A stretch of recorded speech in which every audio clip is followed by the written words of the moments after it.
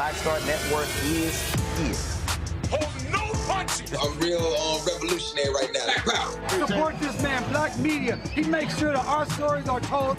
Thank you for being the voice of Black America, Roland. Stay black. I love y'all. All momentum we have now, we have to keep this going. The video looks phenomenal. See, there's a difference between Black Star Network and Black-owned media and something like CNN. You can't be Black-owned media and be scared. It's time to be smart. Bring your eyeballs home. You dig?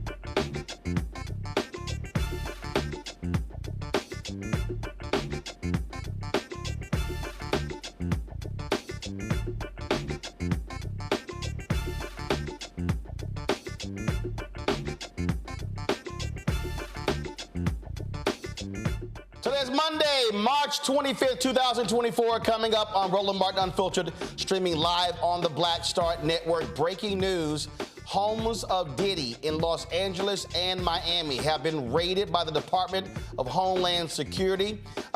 Video captured by news media shows both of his sons and others in handcuffs. We will show you the latest on what's going on in the life of music mogul P. Diddy. Also, this week, we're focusing on what's happening with Tennessee State. The Senate has passed a bill to get rid of the entire Board of Trustees. They are trying to negotiate a different deal in the House. We will talk to student leaders at Tennessee State, plus Reverend Dr. William J. Barber, about what's going on there and our plans to be live in Nashville next Monday, to raise this alarm.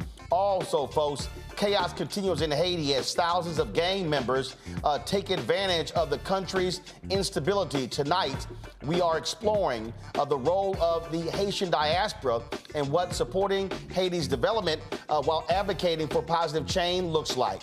Louisiana parish elects its first ever black sheriff in a runoff after it was a contested general election. Also, conservatives continue their crusade to end diversity, equity, inclusion, this time targeting the U.S. House of Representatives. We'll talk with the president of the National Medical Association about what's happening in the medical area. Also, I've got, folks, Deion Sanders. Deion Sanders has made it clear his son, Shadur Sanders, as well as their star cornerback, Travis Hunter, they ain't just going to get drafted by any old NFL team. And you know what? I agree with Deion. I'm going to break it down for you. Plus, Bill Maher continues to say stupid stuff. Literally, he says Democrats are pandering to minority voters with identity politics. What the hell do you know? You're a white man. It's time to bring the funk. I'm Roland Martin Unfiltered on the Black Star Network. Let's go. He's got it. Whatever the biz, he's on it. Whatever it is, he's got the scoop, the fact, the find. And when it breaks, he's right on time and it's rolling. Best believe he's knowing. Putting it down from sports to news to politics. With entertainment just for kicks, he's rolling. It's on go, roll, y'all. It's Roland Martin, rolling with Roland now. He's funk, he's fresh, he's real, the best, you know he's Roland Martin now.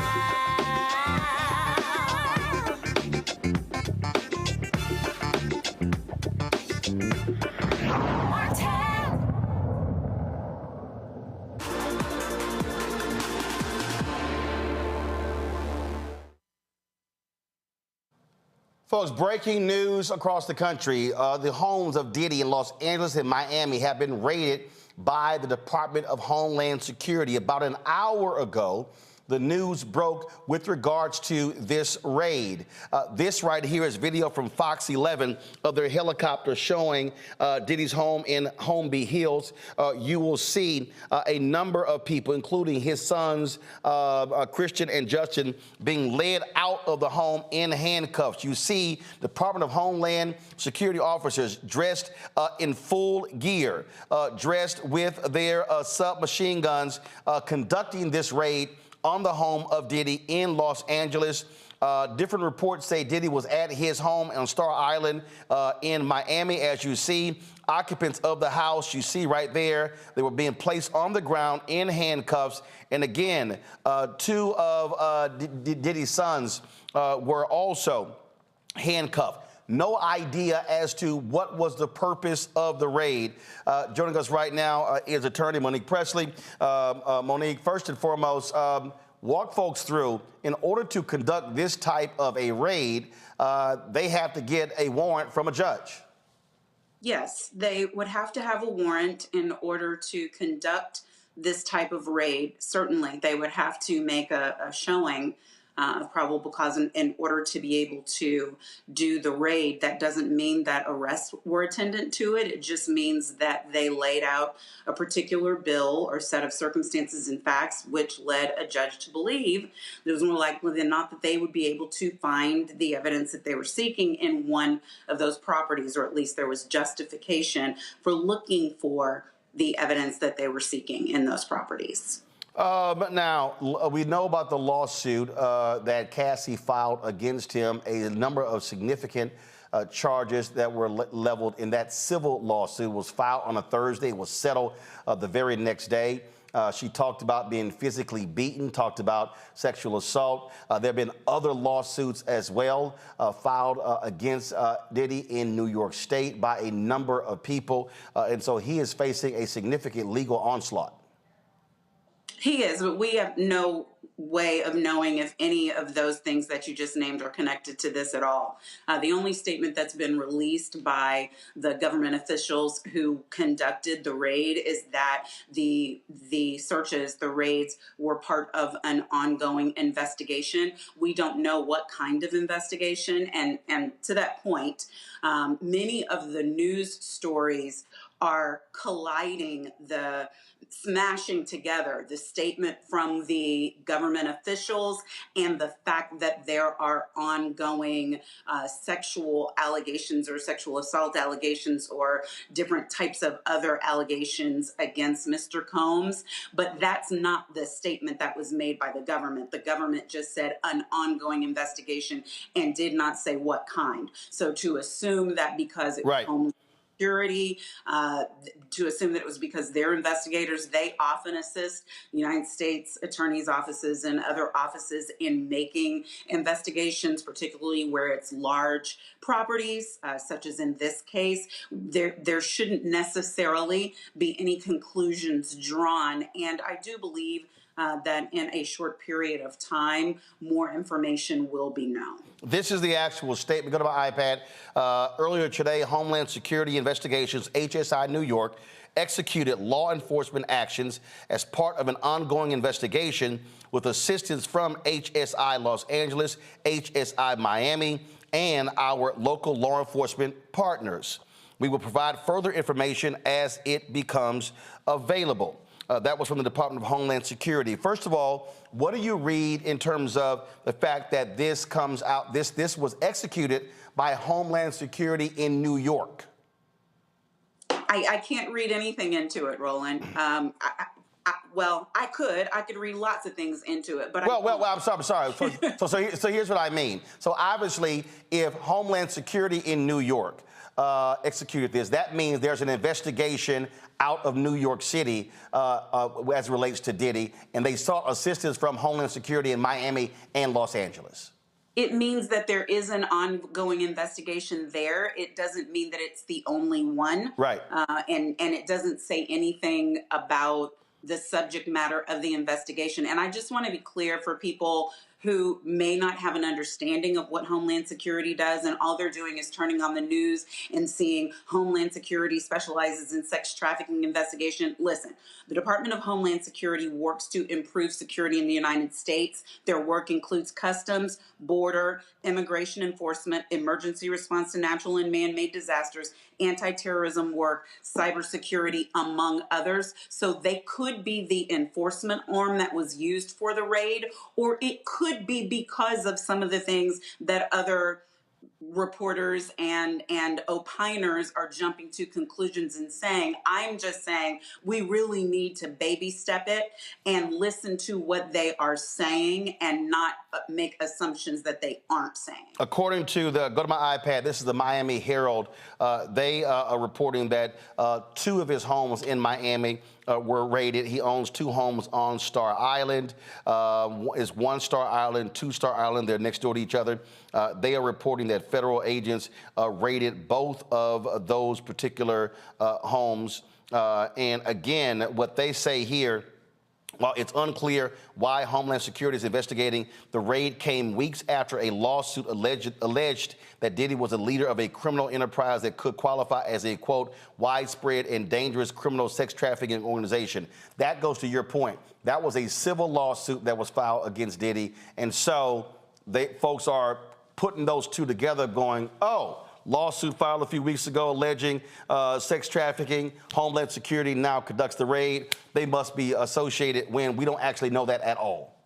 Right. And it's much more likely, actually, that an ongoing investigation has been ongoing perhaps as early as the lawsuit that was filed and then resolved by Cassie. So law enforcement works at their own pace. They intentionally work in secret until they can do so no longer. People also shouldn't make any assumptions of the fact that people were let out of the homes in handcuffs. That is because the raids, when it is a raid, it is of a surprise nature, and they have no idea what they're coming in contact with. And often the restraining of individuals, whether it's staff or whether it's family members or whether it's the owner occupier, many times they restrain them in order for everything to be handled safely. It doesn't mean that there were warrants involving any individuals. It doesn't mean that any individuals were found with things that they shouldn't have or found with weapons. It is part of the protocol and the procedure when something like this takes place. All right. Monique Preston, we appreciate it. Thanks a lot. Okay, bye-bye. Folks, I got to go to a break. We come back. Let's talk about Tennessee State University, the drama that is happening in Nashville as Republicans in the legislature try to gut the leadership of Tennessee State. We'll discuss that next right here on Roland Martin Unfiltered on the Black Star Network.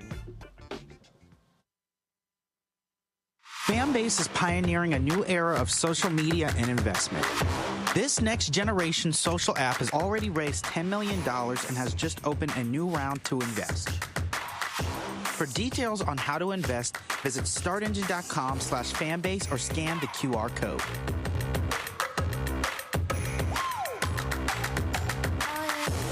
Another way we're giving you the freedom to be you without limits. As bad as Trump was, his economy was worse, and Black America felt it the most. He cut health insurance while giving tax breaks to the wealthy and big business. He stoked racial violence, attacked voting rights, and if reelected, vowed to be a dictator and, quote, get revenge. We can't go back. As president, I put money in pockets, creating millions of new jobs, and capped the cost of insulin at $35 a month. There's a lot more to do, but we can do it together. I'm Joe Biden, and I approve this message. Next on the Black Table with me, Greg Carr.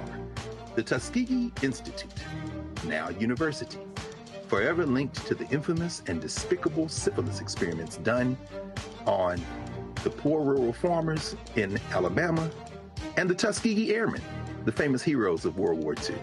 But its history is about so much more.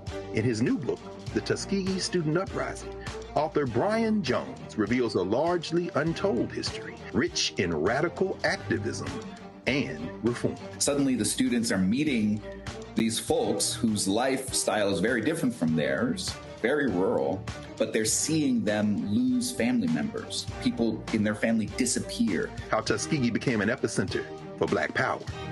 An amazing history lesson on the Black Table, right here on the Black Star Network. This is Essence Atkins. Mr. Love King of R&B, Raheem Devon. It's me, Sherry Shepherd, and you know what you watch. You're watching Roland Martin, Unfiltered.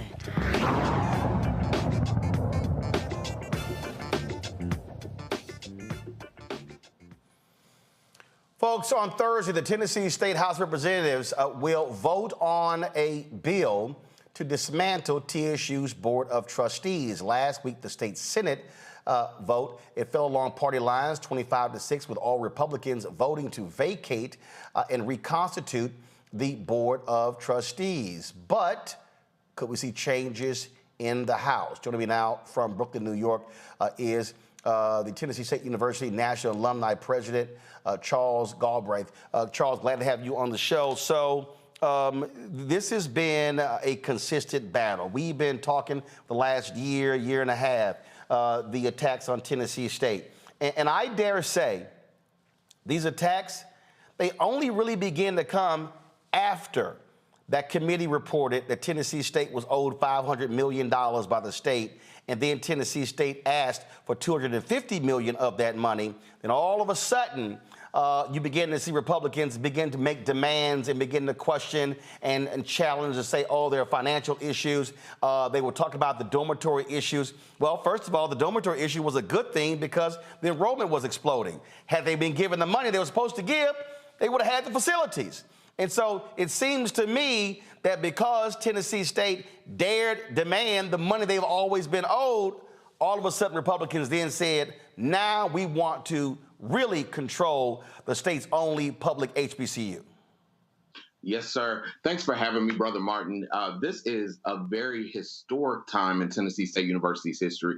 We are at the top of the charts, but we are also facing a lot of challenges. And so when we think about what has happened over the last year, we have seen this administration own up to challenges that were faced in front of them and that were exposed, of course, within the hearings and with several of the dialogues that have had to happen. But what we must also see is the commitment from the state of Tennessee to continue the excellence that is expected from Tennessee State University. And so what we're looking at is we are looking at a state that is very difficult for a historically Black college and university to be in. The number one college and university would be Tennessee State University, the number one HBCU in Tennessee. And what we need is legislators that understand, first of all, the history of Tennessee State University, but second of all, that the faces that are there are majority Black and brown faces. And so what we need is a legislature that understands the needs of the HBCU and of those students. You had the state controller who made a number of allegations in a report. They then asked for an audit. Audit's costing $2 million. His was still crazy to me. The audit has not been returned. It's not being completed, yet they're trying to make these changes. Normally, you wait until after an audit that gives you the roadmap to what kind of changes you need to make. Correct. And that's what's unfortunate. It's unfortunate that our administrators, our students, our alumni, we're forced to be advocates and activists. And, you know, we love Tennessee State University, and we don't mind if that is where our service leads us, if that is where our funds, if that is where our voice is needed. We don't mind. But it's unfortunate that we must fight for our history and for our legacy, and that we must fight against the powers that would make accusations with attitudes. That's the part of it. It's one thing to identify areas that could be better. That is something that we want to happen with Tennessee State University. We want to remain excellent. And if you must point out an area where we can improve, we love that. It is the extra attitudes and the extra conversations around, mismanagement and just some of the things that have happened. And to your point, a lot of those have come up after we have recognized that we are owed this money from the state of Tennessee. Well, here's a perfect example. Go to my, first of all, let me pull up in 1 second here. This is the report that Comptroller Jason Mumpower released. Right here, Tennessee Comptroller of the Treasury. This was released a year ago, February 2023. And so you see here, enrollment at Tennessee State University has reached record highs in recent years, leading to an increased need for off-campus housing. Concerns from state officials about TSU's increasing reliance on off-campus housing, coupled with the university's history of poor fiscal practices, led the Comptroller's office to begin a review of TSU on September 2nd to September 6, 2022. Laid out, the purpose of the review was to answer state officials' questions about the university's housing shortage and to support the General Assembly and TSU in identifying what is needed in the future for student success as well as the university's overall success.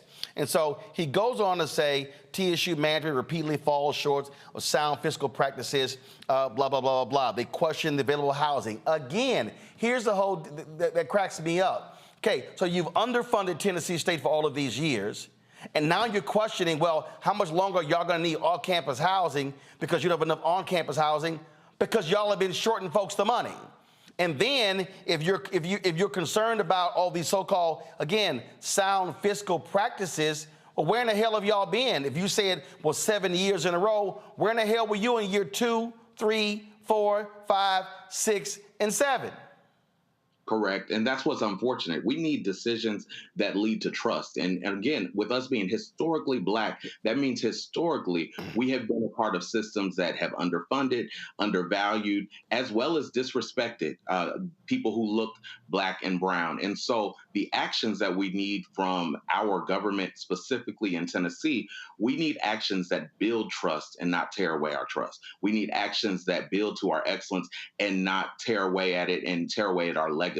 So it's very important for us to be involved as alumni. It's very important for us to be involved as community members within Nashville, within the state of Tennessee, but all over the globe. It's important for us to connect with issues like this because it's happening at Tennessee State University, but I can guarantee you that these actions will show up at the doorstep of many of our institutions across the country if we don't speak up and if we're not aware of how us not lifting our voice and being educated about bills and how they shape our lives and how they move and right. laws that can work against us. I mean, here's what's a joke. So go back to my iPad. Here they talk about several factors that have contributed to record enrollment at TSU and the housing shortage. They talk about a number of things, strategic corporate partnerships, and also renaissance at HBCUs. But then this is what to me is offensive. TSU's record enrollment is commendable, but the housing problems that have accompanied the record enrollment have led TSU to repeatedly seek state approval to lease off-campus housing, including hotels. They detail the explosion that's been happening in Nashville in the housing market. And they go on and on and on, and they lay this out. But again, to me, it's offensive to say to somebody, perfect example, I'll use another example. I don't understand why you keep coming to work sick. I don't have health care. Well, don't come to work sick. I don't have health care, so what do you want me to do? They're basically saying, oh, TSU, this off-campus housing issue is a problem. Your numbers are exploding. Students want to come to your school. Guess what? We know for a fact they will never allow that at any of the University of Tennessee campuses. Never. We stand up for that. Never, never. Yeah, that's the issue. We deserve the same as our peer institutions. And so historically, we have not received what our peer institutions have received. And so, again, let me make it very clear. When there are challenges that an institution faces, it is very important that we take accountability for those challenges and we make changes to make them better. But we must speak also of what support we need to create all of the opportunities that our students deserve. Our students don't deserve to have to be activists. Our students they don't deserve to have to, in these moments, worry about the legacy of their degree and the legacy of the university that they so proudly chose to attend. Real quick here, this is, again, from the Comptroller's report. This shows you housing capacity. 2017, the housing capacity was 2,960. Housing occupancy was 3,098. They had enough rooms to cover everybody. But you see how all of a sudden, again, going. Now all of a sudden, 2022, housing capacity, 3,680. Housing occupancy, 4,961. That's 1,300 students. And so I can guarantee you, the University of Tennessee, any of all of those campuses in Tennessee would love to see that sort of excitement about their campuses, but these Republicans don't want to give the money to Tennessee State. Questions from my panel, Dr. Julianne Malveaux. She is an economist, president emerita at Bennett College, and author out of D.C. Dr. Amakongo Dabinga, senior professorial lecturer, School of International Service, American University out of D.C. Derek Jackson, Georgia State representative out of Atlanta. Julianne, you go first. First of all, brother, thank you for your advocacy. It's so extremely important. I need to understand what the composition of this Tennessee Board of Governors, when the TSU's board is dissolved, they're going to put this education board over it. Now, who is on this education board, and are they inclined to be sympathetic to HBCUs? Well, here's what's going on. First and foremost, the Senate bill wants to gut the entire board. What we're hearing is that the House, they want to negotiate half of the board appointed by the governor. But you've got some folks for Tennessee State who want that reduced to 3. We're trying to talk to the Black Caucus to find out what's going on. So we reached out to the Black Caucus chair. Apparently, Tennessee State Representative Harold Love is also is a leading figure in these negotiations. And so we're trying to find out, because Love says, Love apparently says that, well, the number is going to be 3, but in the House bill, it doesn't specify that number. Is that correct, Mr. Galbraith? That's correct. And so that's what we're pushing for. Again, more faces, more voices that we can trust. In this season of transition, those of you may know we are also in the search of the next university president. So in this season of uncertainty, we definitely need faces that we can trust in those spaces of governance. This is the current Board of Trustees of Tennessee State. You see right here, the folks here. So you got 10 members, including a faculty trustee, as well as a student trustee. And so these are the current members of the Board of Trustees. Amakongo? Well, speaking of this, we've been talking about disruption, particularly in this last segment, and I appreciate you, sir, for all of the great work that you're doing. How has this affected the students there? Are they actively protesting? Is it causing a disruption in terms of how they're able to just have their classes? How are they reacting to what's happening right now? The first is we definitely have outstanding student leaders. They are on the front line of all of the issues. And so, unfortunately, they have had to spend a lot of time advocating and serving as activists and lobbyists for Tennessee State University. But their work is to make the experience of the other students as normal as possible. And so that's what the goal is to keep the students engaged and educated. But we have to remember that their number one reason for attending Tennessee State University is to be educated. Right. Derek? My question is around, do you see this attack just like in Mississippi? They came after Mississippi Valley State University, Elkhorn, Jackson State. Do you see TSU in this same fight as we continue to fight against those who want to defund HBCUs, defund all things DEI, all things CRT, anything that's Black education related? I believe that our state legislators have an idea that they are supporting Tennessee State University, but without understanding how it feels to alumni, how it feels to students, how it feels to the administration, how it feels to the entire body of Tennessee State University, you're doing something to us instead of doing something for us. And so I think that they would love to not feel that anything is racist and not feel like anything is abusive or aggressive or excessive. But sometimes, especially in these times when we're speaking of money that we're owed, especially in these times when we are continuing our great legacy, it feels punitive at times. And so we want to just make sure that we can have dialogue and we can have those conversations that are collaborative instead of conversations of blame and shame. We want to make sure that we can step up to the plate and take accountability, but we definitely don't want to tarnish our great name. Well, let me also make clear, this same legislature came up with $1 billion to build a damn sports stadium for the Tennessee Titans, but they owe Tennessee State $500 million. They won't give Tennessee State the full $500 million.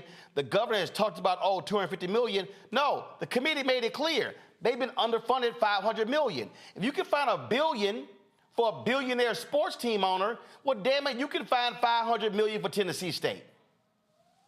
Absolutely. Well said. And we're grateful for our partnership with the Tennessee Titans, but definitely we need that money over at Tennessee State University.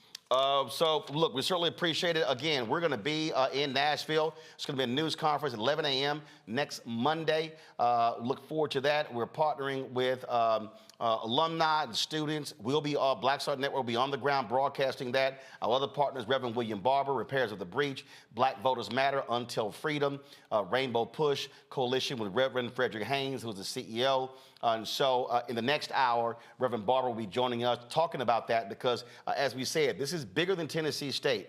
The concern that we have is that today it's Tennessee State. Tomorrow it could be another HBCU. We already saw how Jackson State University was being screwed by the folks in Mississippi. We need to understand this is a significant issue that could impact HBCUs across the South where Republicans have supermajorities and where most of our HBCUs are. And so we appreciate your work. Thanks a lot. Thank you for having me, and thanks for all the work that you've done. All right, thank you so very much.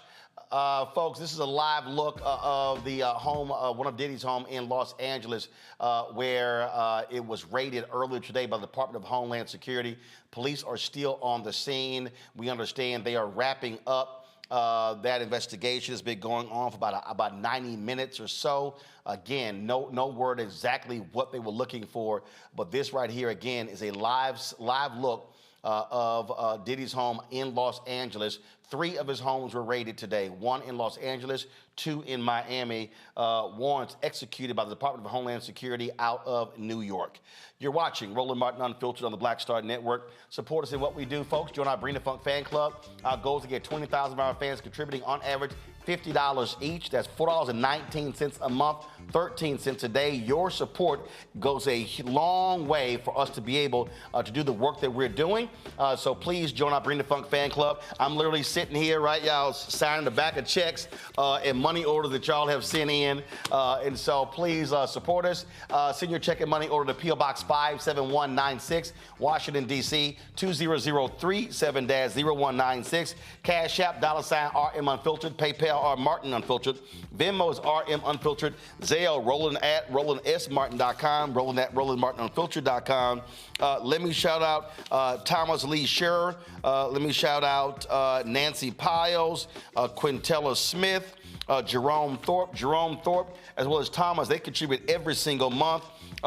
Let me shout out, y'all, Brenda Moore, Linda Campbell, Susie Buchanan, Andrew Howard, Joyce Sylvester, Harry Slade, Edward Mason, Helen Bennett. If y'all, first of all, you're looking forward to shout out, if y'all want to give to Cash App, PayPal, Venmo, Zelle, I'm going to shout you out during the show, so please do so. Go ahead and put it back up. Kevin Sherrill, Kevin, appreciate it. They contribute every single month as well. Mary Johnson, Stacy Quarles, Cavell Scott, Dorothy Dolphin, Gayleen Davenport, Donna Washington, Charles Clay, Theda Crowder Coleman, she's a frequent giver, Deborah Childs, Anthony Robinson, Allie Stokes, another frequent giver, Carol Williams, Bernice Smullen Lewis, Alma Bland, the Atlanta Small Business Training Consortium, we appreciate it. Also, Althea Farley and Cheryl Thompson and Rodney Curtin. So those are the checks right here. I know some others in our mailbox. I'll get those tomorrow. But if you give during the show, we will shout you out. Somebody on YouTube said, shout me out just for being here. Nope, you ain't getting that shout out by your name unless you give. Ain't no freebie shout outs. I'll be right back. bad as Trump was, his economy was worse, and Black America felt it the most. He cut health insurance while giving tax breaks to the wealthy and big business. As president, I put money in pockets and capped the cost of insulin at $35 a month. There's a lot more to do, but we can do it together.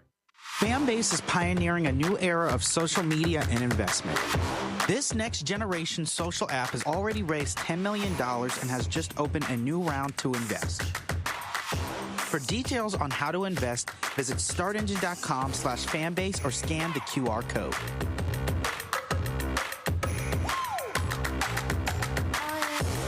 Another way we're giving you the freedom to be you without limits. I'm Faraji Muhammad, live from LA. And this is The Culture. The Culture is a two-way conversation. You and me. We talk about the stories, politics, the good, the bad, and the downright ugly. So join our community every day at 3 p.m. Eastern and let your voice be heard. Hey, we're all in this together. So let's talk about it and see what kind of trouble we can get into. It's The Culture. Weekdays at 3, only on the Black Star Network.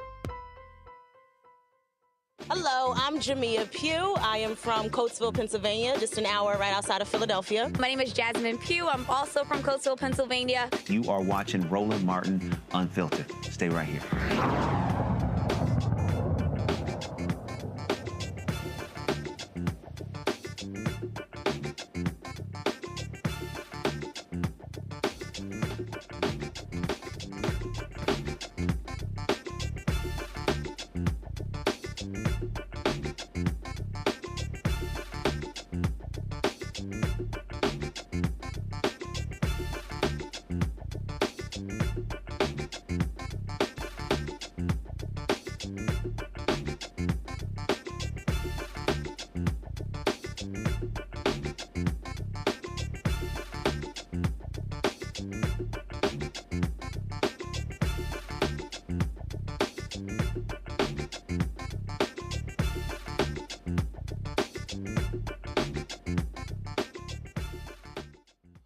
The citizens of Haiti are on the verge of starvation as gangs continue to wreak havoc in the unstable country. The gangs are capitalizing on the country with no one, frankly, at the helm. Joining us now to give us a comprehensive overview of the situation that's there, and of course, there's historical context there, are folks, advocates involved here. The CEO and co-founder of Politicking, Winkuni Siant, and Jean Siant, CEO of Nation Enterprises. So first of all, I got to also the former director general at telecommunications and the special advisor to a former prime minister. Glad to have both of you here. Winnie, I'll start with you. This is so the issue I just saw over the weekend, Dominique Dupuy, I think I pronounced her name correct, withdrew from the special commission that they are putting together. And so it seems like everything is hinging on this commission. Is that what you're hearing as well? And when do they believe that commission is going to be fully in place to begin this process of trying to restore some leadership and some order? What's happening there? Yes, Roland, thank you for the question, and thank you for having myself and my father on.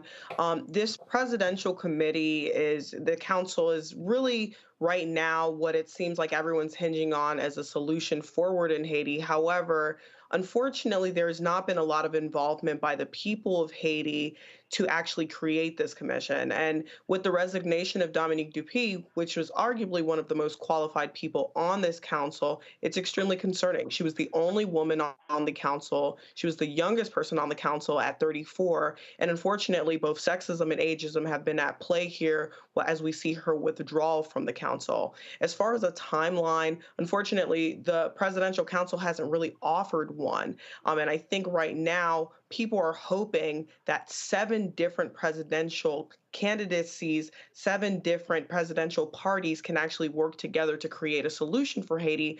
But unfortunately, Roland, I think that this might be yet another dead end. John, please weigh in. Yes, can you hear me? Yep, we got you. Go ahead. Yes, just like Winnie said, I think for the sake of the people, the Haitian people has never been consulted to know exactly what they want. Those 7 political parties that put themselves together to choose each one a presidential counselor is not the solution. There has been no census, there has been no poll to see where really the people are heading. And I must say, the most popular presidential candidates, they did not send anybody to that council. That's one. Secondly, you can see where sexism play a great role. I mean, this is the 21st century. Only one lady out of 7 got nominated, and she got so much threat and harassment. She had to leave. She had to quit. And this is to tell you, the Haitian diaspora has all the human resources in it, and yet there's been roadblock for them to participate in almost anything in the country. So that's why everybody thinks that this presidential commission is not going to work for Haiti. I've heard a number of people say the people haven't been involved. Okay, how do you do that? I mean, normally you have representatives of the people.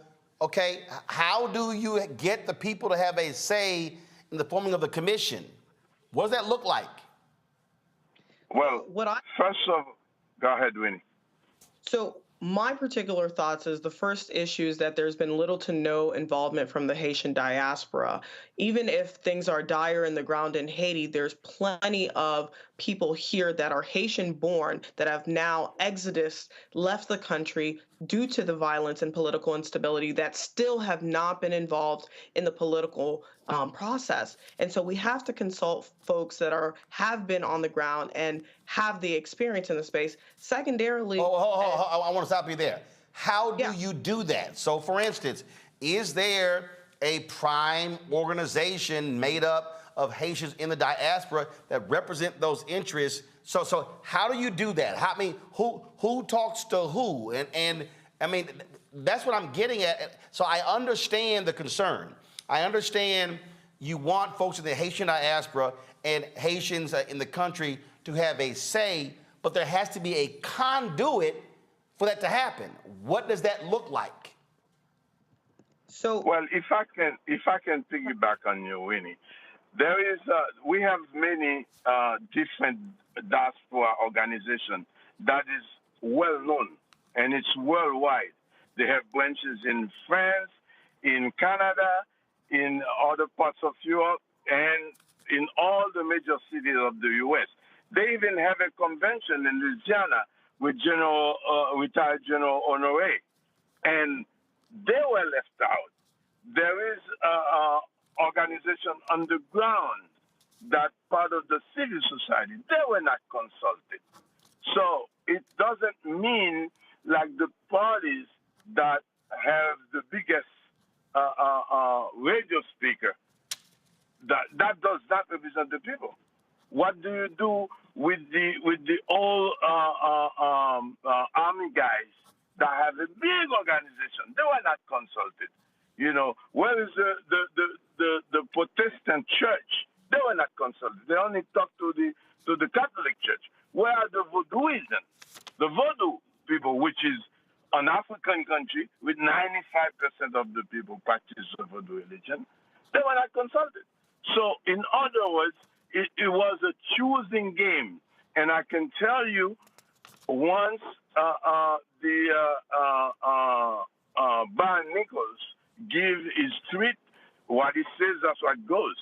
And we said, and this is why Ariel Henry was kept for over 30 months over there. The Haitian diaspora has 95% of the human resources of Haiti that can help Haiti coming out. Wyclef said it.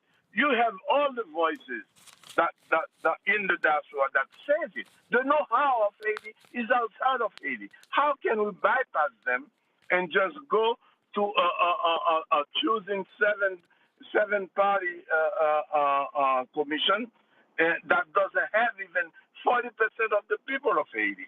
This is not the way things should be done. The Haitian among themselves could have formed those commissions and give 2 or 3 names to choose from, but not the way it's done. Okay. It's a dicta. All right, so right then, Winnie, what's next then? Okay, so if all of these other entities were not consulted and they were not involved, okay, what's next? Are all of these entities coming together? Are all of these entities coming together themselves and saying, okay, you got that commission, we're forming our own group as well, and we want to make recommendations? I mean, what's happening there? Because again, I get not reaching out, but I'm still looking at how do you get something done? Mm-hmm. So, Roland, previously there was the Montana Accord, which was proposed that actually was a bit more inclusive than what we're seeing currently with this current council. The Montana Accord included 15 groups. We also, in terms of organizations, there's the National Haitian American Elected Officials Network. These are Haitian Americans that are currently sitting in the office in the United States. I think that would be a great place to start in terms of community building, in terms of coalition building. What are they saying? What are they saying? They're saying that they want to be included. Yes. They're saying exactly the same thing. Why does not everyone, why they didn't reach out to everyone to form that commission?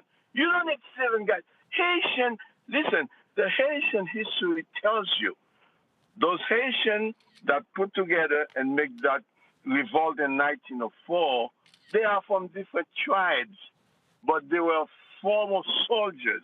Right. So they make the revolution, but they're not accustomed to sit together and to solve an issue in 1 or 2 days, like it is done in other countries. Okay. You have to give them time. Right. So here's my question. Here's the question then, and maybe one of you can answer this here. Okay, so I got it. You've got different factions. Okay. Who then calls the sit-down meeting? Who then mediates the conversation? Who? Right now. Oh, yeah. Right now. Go ahead, Winnie. But right now it's CARICOM. No. That's not what I mean. So I know what CARICOM is doing. So what CARICOM is doing in terms of this presidential commission, what I'm speaking about, all the groups that y'all are talking about that are not familiar with, frankly, having to negotiate these things. Okay, what's the entity? So it's sort of like if I believe that there was an issue that we need to be addressing, I would then go, all right, I'm gonna call a meeting, and I'm gonna call X number of people, X number of organizational leaders, civil rights groups, D9, I can go down the whole line. I'm gonna call all those people. I'm gonna call them in. Got it. So the question now is, who calls this meeting? Who mediates it? How do we actually get it done so we can begin to make progress? I get what CARICOM is doing, but what y'all talking about is something separate. Got it. Who's calling that meeting?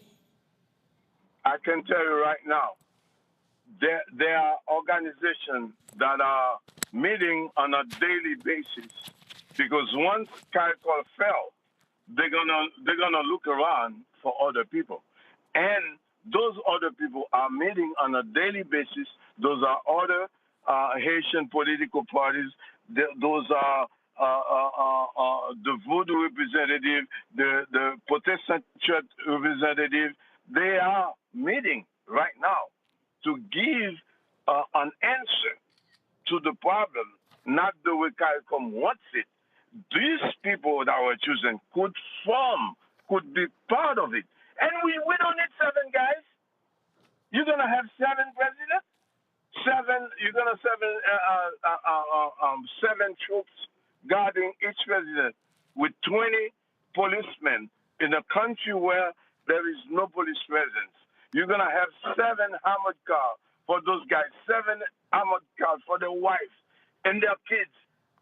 What are we talking about? It's mounting to over 500 people that you're going to monopolize just for a transitional commission that could have 1, 2, or 3 people maximum in it to do this thing. And then this is the beginning. What they're going to do when they have to choose a prime minister? Can you imagine? Got it. In the meantime, people are dying every day. So the way that should have worked is to take those 7 groups and said, okay, you guys put together, choose one guy to be the president. And then in the minister's position, everybody could be part of that government and then lead the country to this transition.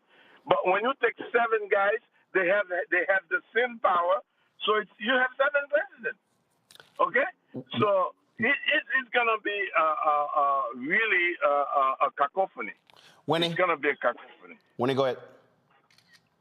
So my thoughts are that we need to mobilize, we need to consolidate, we need to talk to the diaspora. As far as your question, Roland, as who is supposed to call this meeting to action, I think, like I suggested, the National Haitian American Elected Officials Network is a great place to start. These are people that are trusted community leaders here. Most of the organizations and communities and constituents they lead are Haitian communities, so there's already buy-in there. And so I think that's a great place to start. Unfortunately, anything that's coming out of the United States, there's a deep amount of mistrust because of the storied history between Haiti and the United States.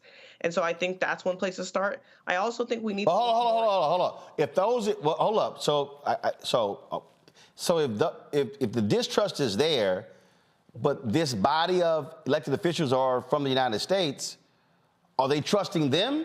Or is it going to be, we don't trust them either? I do think because they're Haitian and Haitian Americans, there will be trust there because there are people that are trusted both by the United States, but they are elected officials. Got it. And they are Haitian of Haitian descent. So I think it's the best of both worlds. Got it. Okay. Well, listen, I would love if y'all could pass on the leadership of that network. We would love to talk to them because when we've had multiple people on talking about this, I've seen the different comments coming out of the federal government as well. And again, like any issue, it always comes down to whether we're talking about Haiti, whether we're talking about, gangs in the United States, whether we're talking about any sort of dispute, it comes down to who can call the parties together, who has the credibility and the integrity and the leadership to get it done. That, to me, I think, is really what's important. And when you have so many different factions and voices or whatever, there has to sort of be that sort of gathering of the people. And so if this thing that CARICOM is doing is not it, then something else has to be done. I just would love to see that happen because otherwise I think we're going to be on this same thing repeatedly. Well, distrust, don't know, don't like, I don't like them, I don't like them. And then you have no leadership in Haiti, you got no military, no police, no structure, no nothing, and chaos reigns. And frankly, the only people who are mobilized is organized crime, gangs. Yeah. And that obviously ain't the answer. It's okay, Mr. Martin. Yep. I'm going to give you one name now. You call that guy, problem solved tomorrow. It's called General Russell Honore. No, hold up. I had him on the show Friday. I had him on Friday. Oh, you had it? Okay. This guy, every Haitian trusts him. And then he knows Haiti deeply. So you take him and you said, okay, I want that thing solved. He will get you there because he's been in the Haitian community for a long time, holding meetings. Yesterday, he had a meeting. Every single week, he's meeting with different group of Haiti. So you're saying that the United States government should be communicating with retired General Russell Honore on this, as opposed to just depending upon State Department diplomats? Definitely. Okay. And when you interview this guy, you're gonna see how much he knows about Haiti, the schematic, the upper class, the professional class. He is in contact with all of them. So across the board, this is somebody that you could take that is not Asian. So he's not gonna be for this group or over this group. He sees the problem, and you know what he's done in the past. So that's what got him the trust. You take someone like that, tomorrow morning everybody will get to work, and then he will do some good for Haiti. All right. I believe. Well, I will run that by the White House and see what the response is. I appreciate both of y'all being on the show. Thank you so very much. Keep us abreast of what's going on. Any way we can help, we'll try to do so. Thanks so much, Roland. Thank you very much. I appreciate it. Thanks a lot. We'll go to a quick break. We're going to come back, have my panel react when we come back right here on Roland Martin Unfiltered on the Black Star Network. Back in a moment. As bad as Trump was, his economy was worse, and Black America felt it the most. He cut health insurance while giving tax breaks to the wealthy and big business. He stoked racial violence, attacked voting rights, and if reelected, vowed to be a dictator and, quote, get revenge. We can't go back. As president, I put money in pockets, creating millions of new jobs, and capped the cost of insulin at $35 a month. There's a lot more to do, but we can do it together. I'm Joe Biden, and I approve this message. Fanbase is pioneering a new era of social media and investment. This next generation social app has already raised $10 million and has just opened a new round to invest. For details on how to invest, visit startengine.com/fanbase or scan the QR code.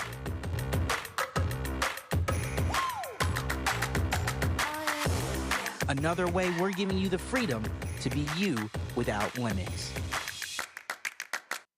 I'm Dee Barnes, and next on The Frequency, we're talking about the rise in great Black literature and the authors who are writing it. Joining me will be professor and author Donna Hill, discuss her writing journey and becoming a best-selling author. I always was writing, but I never saw anybody that looked like me in the books that I was reading. Plus, her work with the Center for Black Literature and next year's National Black Writers Conference. That's right here on The Frequency on the Black Star Network.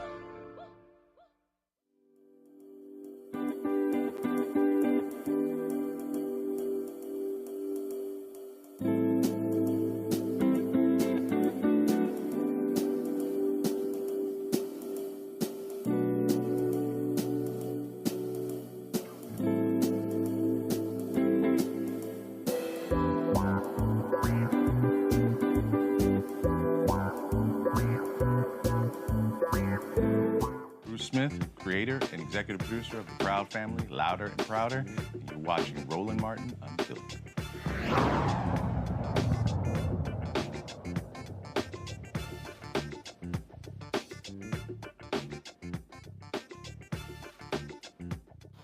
Congo, I'm not trying to simplify what is a very complex issue in Haiti, but when I think back to Ralph Bunche, who became the first African American who won the Nobel Peace Prize, and the negotiations that he was involved in. When I think about the things Dr. King was involved in, when I think about Reverend Jackson bringing home hostages, I mean, when I think about these various, complex negotiations, it requires there to be a trusted person who's trusted by multiple sides, who can bring people together to have the dialogue needed.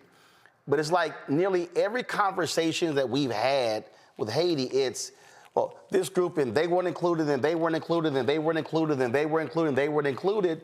And it's sort of like, okay, how do we begin to advance? How do we move? Because right now, everything is stuck. You had an assassinated president, prime minister asked to resign, CARICOM, folks not trusting them, not trusting those leaders. Everyone talks about this sister Dominique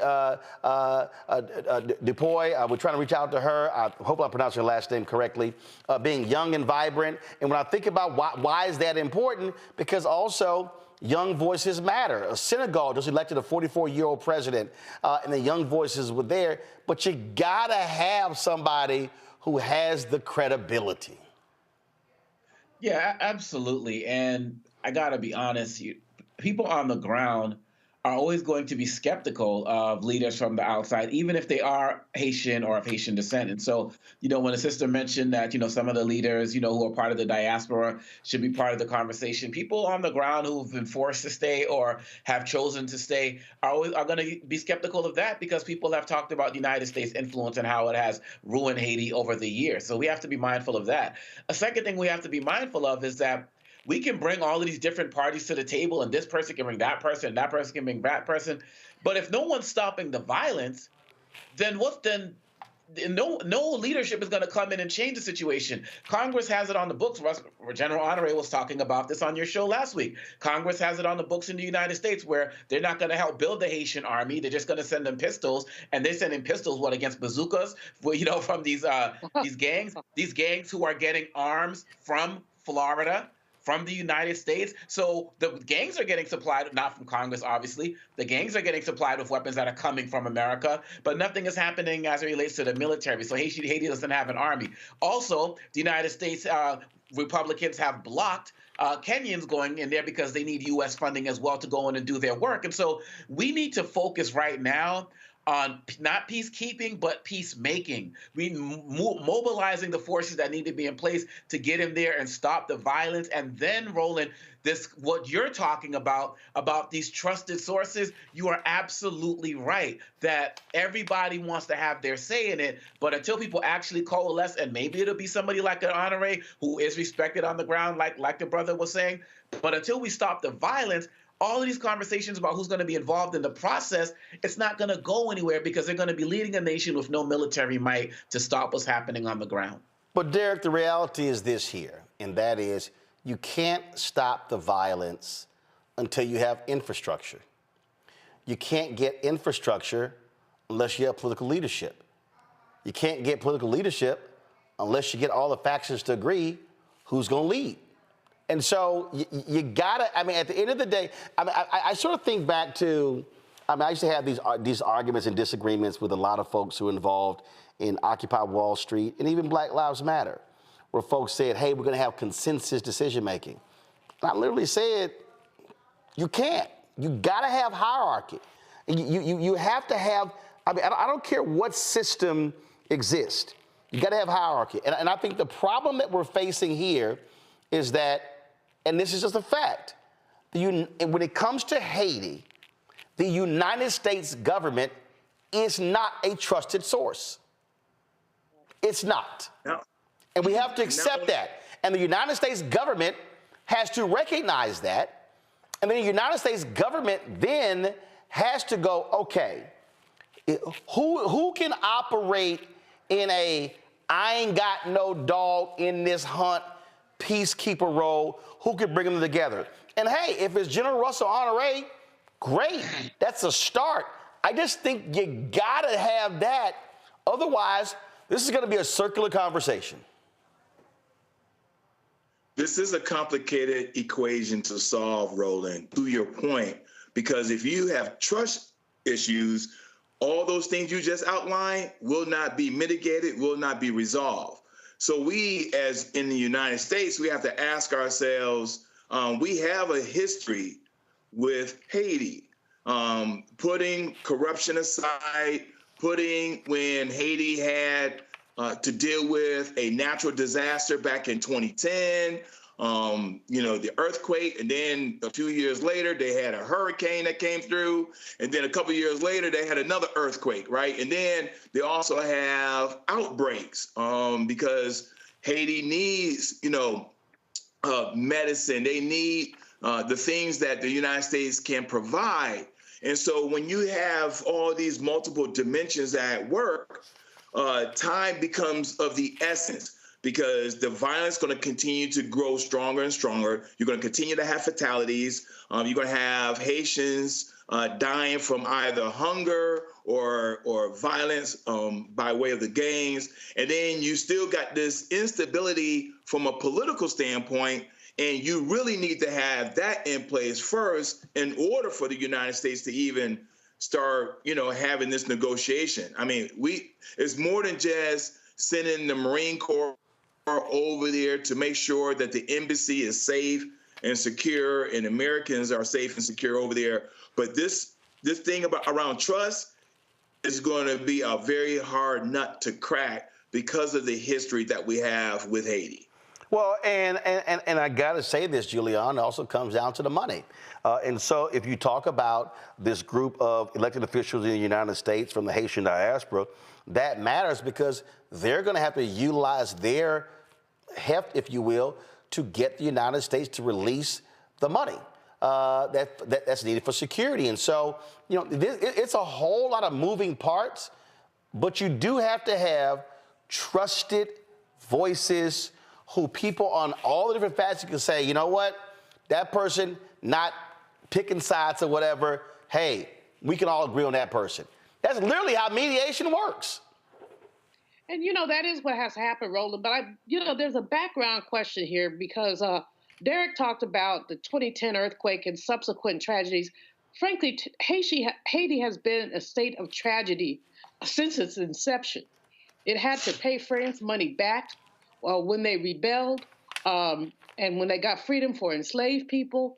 That destabilization has raised all kinds of questions. And the underlying question is, in whose interest is it to have a destabilized Haiti? Who benefits from a destabilized Haiti?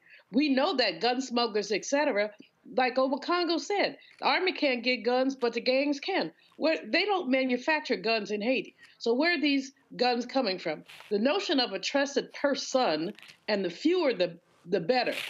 Per son or per sons, General Honoré seems like he would be a great choice. It basically papers over some of the underlying issues. And obviously people can't get to the underlying issues right away. But I fear, and I'm of Haitian descent, but I fear a permanent destabilization or dictatorship, which is not acceptable either, unless these folks can come together. Now, the Montana Accord was a wonderful document, 15 organizations, more than 400 people, real consensus, and I'm not sure what happened to it. I'm also not sure what happened with the CARICOM effort. But again, you have this issue of trust and people not being able to get along or to agree. And until they get to that point, we're going to have a recurring cycle of this. And it doesn't only destabilize Haiti, it destabilizes the whole Western Hemisphere, because soon people will be coming from the DR, which doesn't like Haiti, has a lot of antipathy toward Haiti. From some of the CARICOM countries, people will take advantage of the predatory capitalist opportunities that exist there in Haiti. So I'm pessimistic, but hopeful. Same. So hopefully we get some resolution, because at the end of the day, there is massive suffering going on. And man, it would be great for folks to be able to get a reprieve from the suffering, from the violence, from the death, and be able to just begin to actually build a stable country. Folks, going to break. We come back. We'll talk with the head of the National Medical Association about the attacks on DEI in medicine. Also, I got a couple of words to say about Bill Maher and his constant whining, complaining about identity politics. And Deion Sanders says, my son and Travis Hunter, there's some teams they're not going to. And I agree with Deion. I believe all professional drafts are completely illegal, unethical, and a restraint of trade. All of that. Roland Martin Unfiltered on the Black Star Network. Terry and I, we couldn't play in the white clubs in Minnesota. It felt like such a, strength through adversity type moment that I think black people just have to go through. We have to figure it out. Right. We make lemons out of lemonade. But there's a reason we rented a ballroom, did our own show, promoted it, got like 1,500 people to come out. Clubs were sitting empty. They were like, "Where's everybody at?" And they said, "They're down watching the band you wouldn't hire." So it taught us not only that we had the talent of musicians, but we also had have the talent of entrepreneurship. Mm-hmm. It wasn't like a seat at the table. It's like, no, let's build the table. That's right. We got to build the table. And, that's right. And that was the thing. And of course, after that, we got all kinds of offers. Of course. Right, to come play in the clubs. But we didn't do it. We You're said, like, no, we good. No, we're good. We're good. And that's what put us on a path of national. And of course, when Prince made it, then it was like, okay, we see it can be done.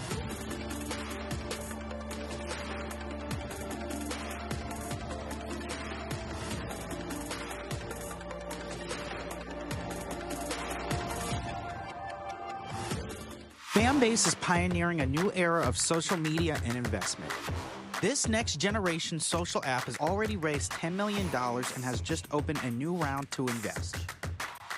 For details on how to invest, visit startengine.com/fanbase or scan the QR code.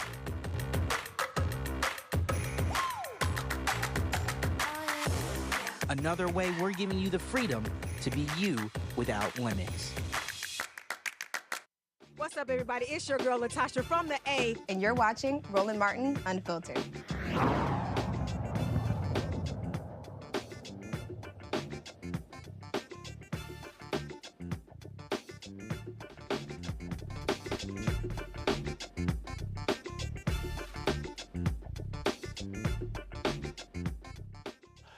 Racist white conservatives continue their attack on DEI. Y'all know CRT, affirmative action. We can go on and on and on. That's what they're all about. Now, led by Elon Musk and others, they're saying, oh, DEI is going to lead to folks dying because we have all of these unqualified black and other minorities in the healthcare space. These are the same people whining about black pilots, saying, oh, there are going to be crashes all around. As if we haven't seen airline accidents with white pilots. As if we haven't seen medical deaths from white doctors. But y'all see what the thing is. What they always do is try to attack people of color. This is really an anti-black effort. So you've got North Carolina Representative, Congressman Greg Murphy, who's introduced the Educate Act, embracing anti-discrimination, unbiased curricula, and advancing truth in education. That's what he's calling the bill. It will prevent medical schools that provide DEI programs from receiving federal funds. Murphy says DEI could end up costing people's lives. Listen to this fool. Medical schools are then charged with educating and training their doctors to be the most competent and excellent in their fields. In the past, students were admitted based upon merit, excellence, and aptitude. Sadly enough, those days are changing. DEI, the so-called diversity, equity, inclusion theology, is sowing mistrust in the field where trust is so reliant. And so when it comes down to patient care, DEI can even lead to harmful, if not deadly, consequences. Guys, this is medical school. It is not art school, it is not English school, it is medical school. As Dr. Ben Carson, whom you all know, the black neurosurgeon, said about medical school, putting aside merit instead of emphasizing qualities like race, sex, religion, and all others. By putting aside merit, we hear only that can endlessly cost people their lives. What you just heard there is complete and utter bullshit. But that's what they do. You see what they do when they say, oh, no one's discussing merit. That's a lie. He's lying. He's a doctor and he's lying. Dr. Yolanda Lawson is president of the National Medical Association, the nation's oldest and largest organization representing black physicians and health professionals. She joins us right now. I'm glad to have you here. So, I mean, listen, since we got here, and it wasn't my choice, every time something happens, it's like, no. They're not qualified. They're not qualified. Take your pick. Automotive industry, healthcare, legal, I mean, you can name it. White racists, that's their go-to. Oh, if they are allowed in, all hell is gonna break loose. It's devastating, to say the least. We at the National Medical Association, I've had calls from doctors all over the country who are outraged by this. We know that 5.7 of doctors in this country are black. and then you look at health disparities in this country, Black people are more to die of almost every disease state I can think of. We're disproportionately affected in it. And so, first of all, I'd like to say around merit, you can't get through medical school if you cannot comprehend, and the curriculum is so demanding. It's disheartening to hear this, and it's definitely disheartening to hear this from a medical professional who I know understands what we are up against in this country. You have the Association of American Medical Colleges. They've responded to this nonsense. Go to my iPad. They say the AAMC firmly reiterates its commitment to addressing and mitigating the factors that impair effective physician-patient relationships when preparing the future physician workforce. The presence of diversity, equity, and inclusion in medical school curricula is intended to train the next generation of physicians to respond most appropriately to the rapidly diversifying populations that they will serve. Doing so increases the likelihood for better health care and healthy lives for all patients, including individuals who have been historically marginalized by the health care system. So they basically are saying, Congressman Murphy, you can go to hell.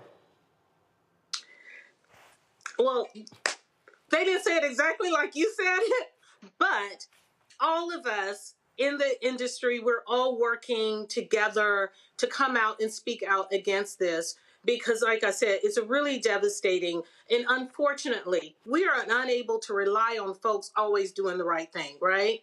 And so these DEI structures and these frameworks were put in place for a reason. And if you think about it, government mandated reasons, right? To ensure fairness, equity, and justice. And so, again, when you talk about reversing these frameworks, it's not only Black race is going to be impacted. You have to think about ageism, sexuality, right? Will come to play, gender issues. So there's a broader conversation here. And I don't think anyone can be a bystander around this. I think we all... Well, Representative Murphy, you don't see him talking about racism in the healthcare industry. You don't hear him talking about, oh, why is it that when Black patients get treated by Black doctors, their outcomes are different than white patients? Oh, it's amazing how they gloss over all of that, but they didn't want to lock in on DEI. Absolutely. You heard him talk nothing about disparities. You look at maternal mortality. Black women are 3 times more likely to die in childbirth. You look at infant mortality. Our babies are twice as likely to die than a white baby. You look at diabetes, heart disease, cancer. Black men, twice as likely to die from prostate cancer than a white person. And so he's not addressing it. It's narrow and it's unfortunate. Questions, Derek?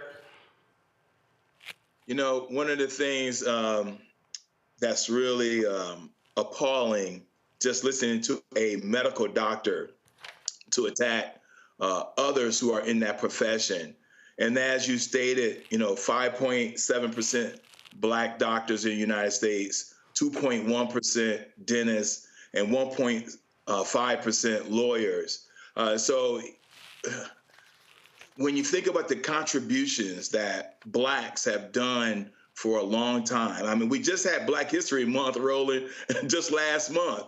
I mean, when you think about the Black doctors who had cutting edge around blood transfusion, my question is, how do we combat this? Because this kind of information is really disheartening for those who are in Meharry right now, both on the medical and dental side, those in the Morehouse School of Medicine. They're hearing this kind of language. And so how do we need to change this narrative while they're, you know, stressing over getting through some predominantly Black schools? Meanwhile, they hear someone that's a doctor that's in a profession that they're looking to go in towards. I'm going to comment to what you just said, because over this last year, we have witnessed multiple crusades around and attacks around DEI.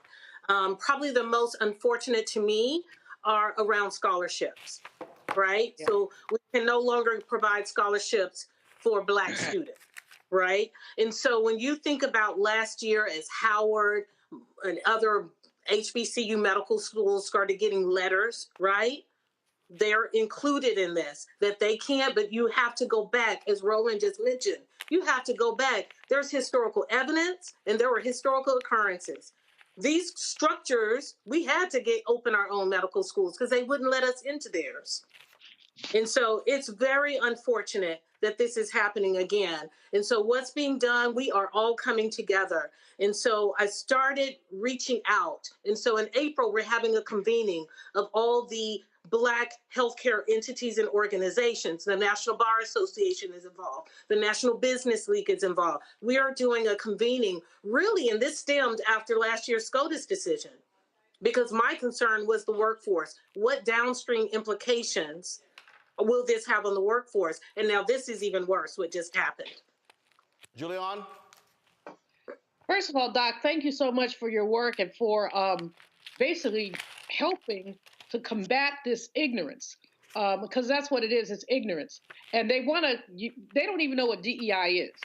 So we need to insist, they say diversity, equity, and inclusion. Who is against inclusion? And I'm glad that you raised the stats that you raised about the health disparities, because they very much do exist. You didn't notice that man talking about the Tuskegee experiments, or there are a whole half a dozen things.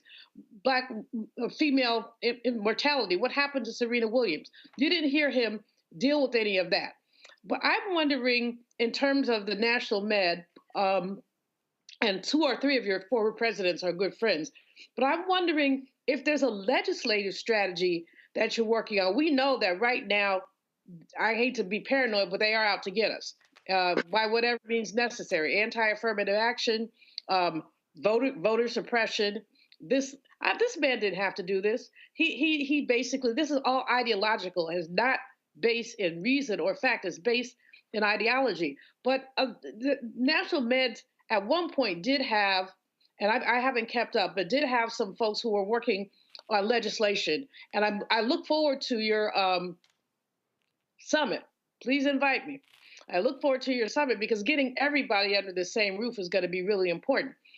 But what about legislation? Are there ways that you have identified that we could fight back legislatively, not just nationally, but state by state? Because we know that southern states that have a preponderance of Black people are going to be the ones that are going to ride on this man's coattails if they can.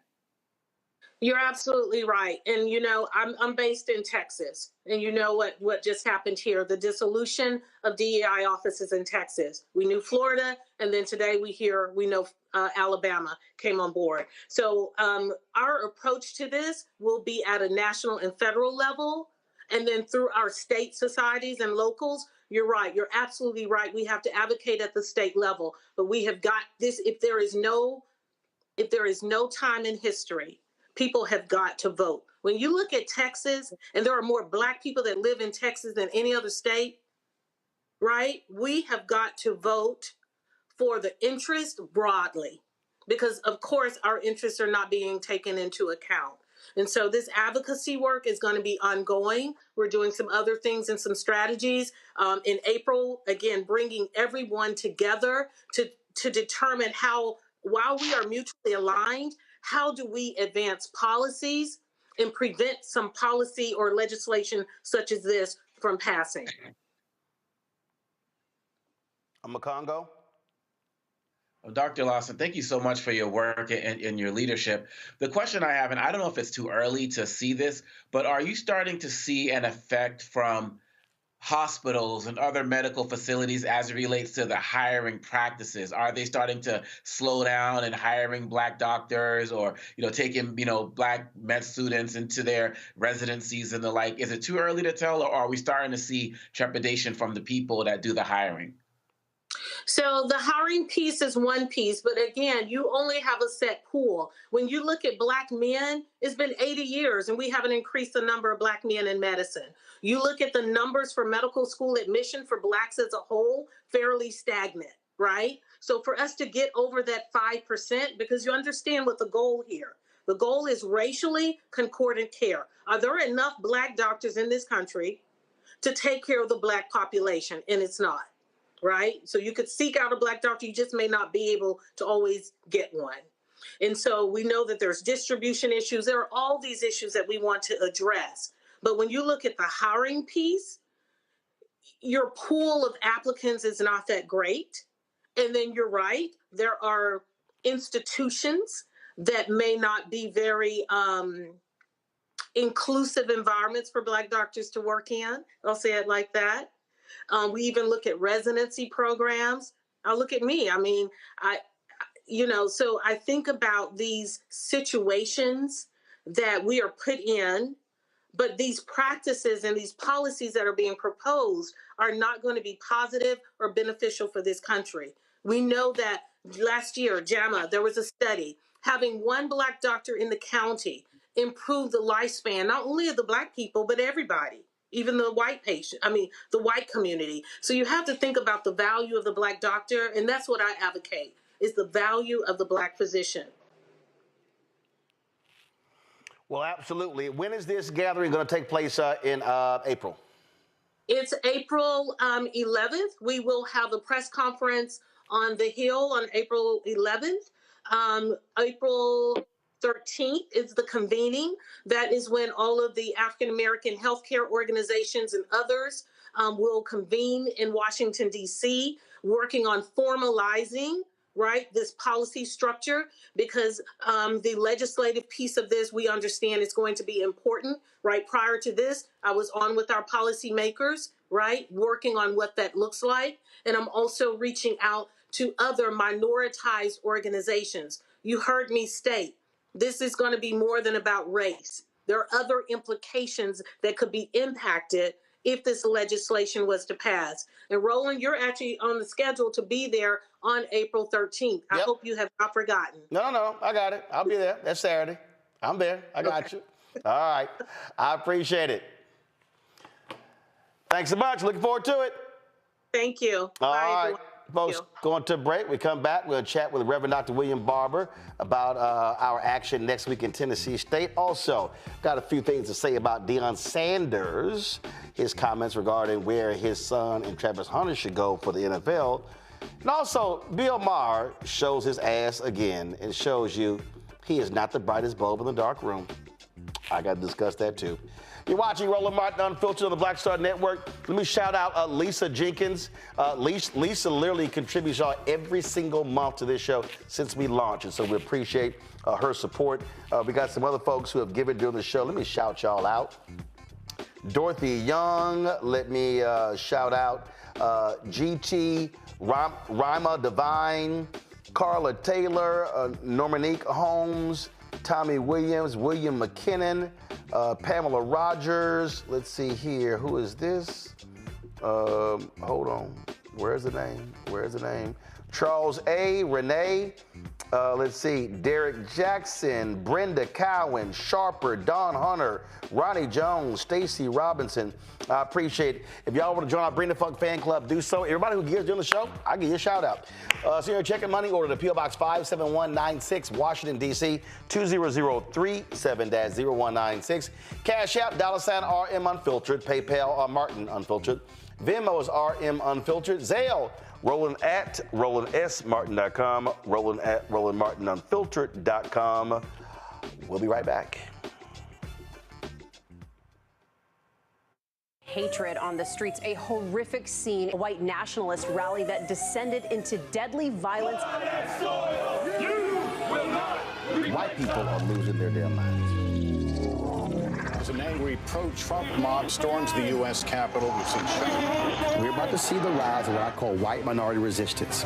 We have seen white folks in this country who simply cannot tolerate black folks voting. I think what we're seeing is the inevitable result of violent denial. This is part of American history. Every time that people of color have made progress, whether real or symbolic, there has been what Carol Anderson at Emory University calls white rage as a backlash. This is the rise of the Proud Boys and the Boogaloo Boys. America, there's going to be more of this. Here's all the Proud Boys, guys. This country is getting increasingly racist in its behaviors and its attitudes because of the fear of white people. The fear that they're taking our jobs, they're taking our resources, they're taking our women. This is white fear.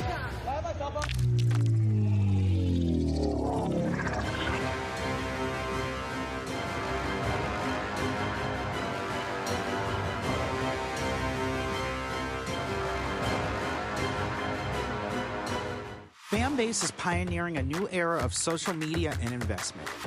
This next generation social app has already raised $10 million and has just opened a new round to invest. For details on how to invest, visit startengine.com/fanbase or scan the QR code.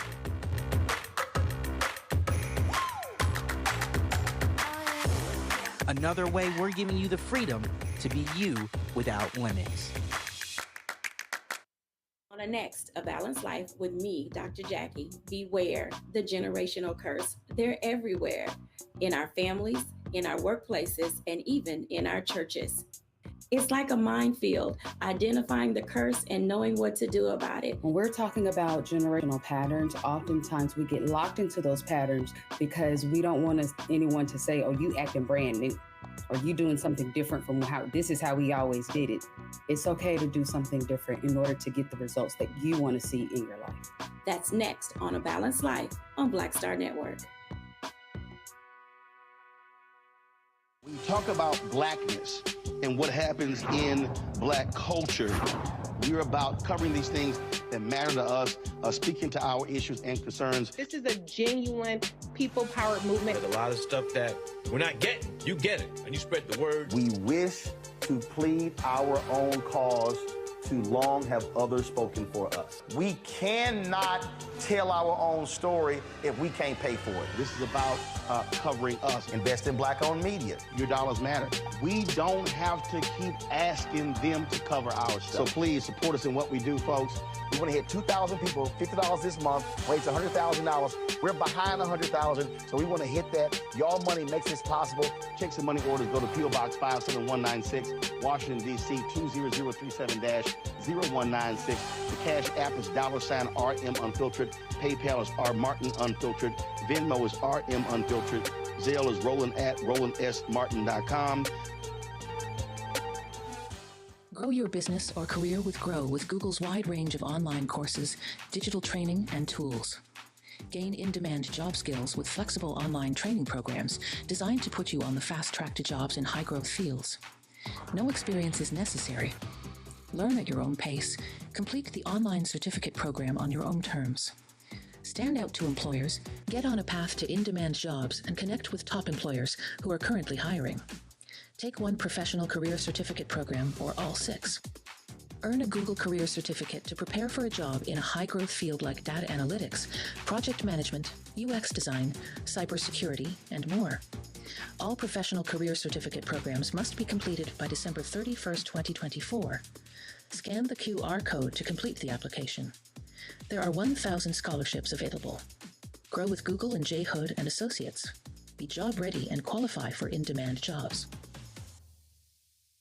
Farquhar, executive producer of Proud Family. You're watching Roland Martin Unfiltered.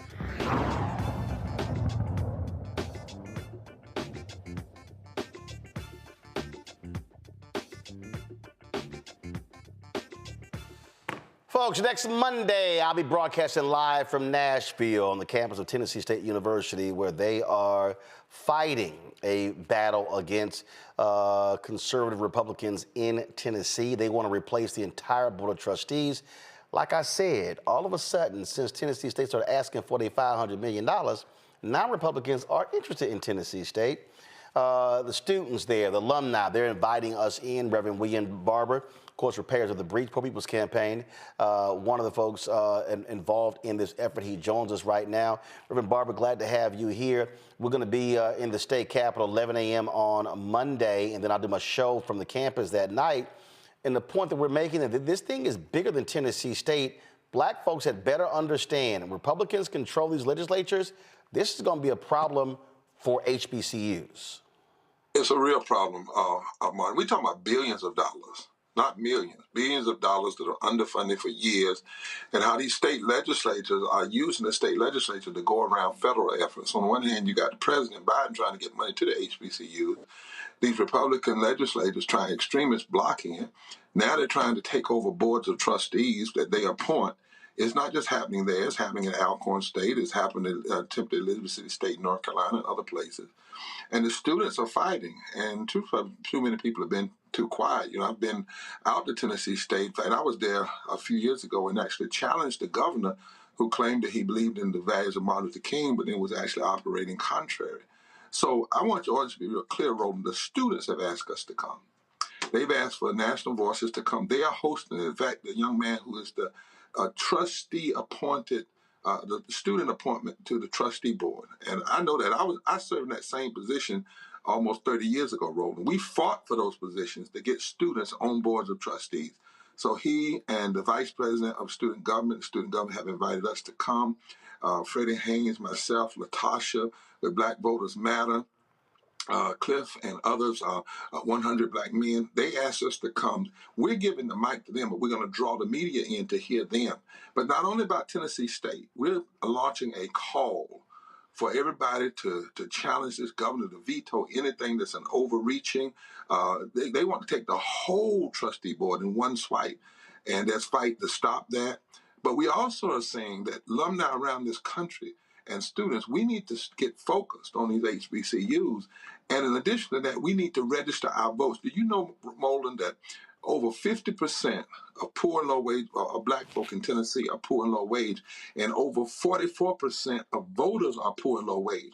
Now that means that we don't have to take this. Uh-oh, excuse me. It's all good. It's all good. So drop of the phone, but that means we don't have to take this down, that we actually have power, voting power, that could transform these state legislatures, and they know it. They know it. And at the center of it are HBCUs and students that can vote where they go to school. I want to say it again. They can register and vote where they go to school. You talked about the money. Go to my iPad. The Biden-Harris administration had announced, this was in September, that, and you see it, land-grant HBCUs had missed out on $13 billion over the last 3 decades, and they sent these letters to the governors of 16 states. It came from Education Secretary Miguel Cardona and Agriculture Secretary Tom Vilsack. Went to the governors of Alabama, Arkansas, Florida, Georgia, Kentucky, Louisiana, Maryland, Mississippi, Missouri, Oklahoma, South Carolina, North Carolina, Texas, Tennessee, Virginia, West Virginia. They cited data from the National Center for Education Statistics, which found that the gap in funding, quote, could have supported infrastructure and student services and would have better positioned the university to compete for research grants. And these HBCUs, quote, will be much stronger and better positioned to serve its students, your state, and the nation if made whole with respect to this funding gap. What I don't understand, Reverend Barbara, is how every Black organization in America, but especially in those 16 states, are not raising holy hell about these schools being screwed out of $13 billion over 3 decades. Exactly. We should be on fire about this. We should be mobilizing our message, mobilizing our votes, mobilizing our political power, and mobilizing our call to action. And Roland, it's the money that's being held back, then that's holding back development in our community and dreams, development of our minds. The reality is HBCUs are still the #1 place that turn out our Black engineers, turn out people that become lawyers and doctors, turn out those that make a difference in our community. And you're talking about political robbery, man. This wasn't a mistake. This is an intentional action by extremists in state legislatures and extremist governors to undermine and block. And there's another question, Roland. If the $13 billion was available, where in the hell did it go? Right. You know where it went? It went to white land grant colleges. Okay. You see, so that's robbery, man. That's theft. And in fact, if that's supposed to go to HBCUs, here's my whole deal. The Department of Justice should sue these states. Exactly. And our civil rights groups and others should be calling on the DOJ to sue these states to say, y'all cheated these schools out of the money. Should have been called on it, should be active in doing it, should be bringing suits on behalf of the students, on behalf of alumni, because the other side of it, historically, Roland, these schools were limited in the amount of money they could raise. A lot of people don't know that. When these schools were founded, these regressive legislatures in the early 1900s, late 1800s, put limits on how much they could raise. So in the beginning, you put limits on how much they could raise. Now you're taking from them what's their legitimately and rightfully theirs. This is no time to be quiet. And if anybody wants to know why you ought to be voting, and why you ought to look at the record, and why you ought to be engaged in voting in the state legislatures, here's the issue right here. Everyone that's taking this money and using this money and putting it somewhere else is elected. They are elected by the people. And massive turnout of black and brown votes mobilized with other people who of goodwill can change this. We do not have to take this, but we've got to mobilize in the courts, in the streets, and at the ballot box. Again, we're going to be in Nashville 11 a.m. next Monday. We will be live streaming it right here on the Black Star Network. In the Rotunda. In the Capitol Rotunda. So, folks, if you're there, meet us in the Capitol Rotunda, 11 a.m. next Monday in Nashville as we stand in support of Tennessee State. Reverend Barber, thanks a lot. Thank you, man. Yeah. Appreciate it. This Juliana, is the only way. And again, this came out in September. I mean, look, I've been saying this, Juliana, but I'm trying hard to be patient, but all these black groups pissing me off for this silence. Well, you and me too, Roland. And I have no patience. I literally have zero patience. And I'm watching these folks, our friends, our colleagues, many who were educated at HBCUs. They know how important our HBCUs are. And they know what kind of challenges that leadership at HBCU faces. I mean, Glenda Glover at Tennessee State, she was like rolling a pea up a hill. Those people were against her from the time she got there in her last couple of years before she was. It had just escalated. Why? Because they did not want that school to thrive. When they can draw 4,000 enrollment and they only have room for 3,000, and I'm just remembering the numbers, I'm off a little. But when they can do that, it says that young people want to come to HBCUs.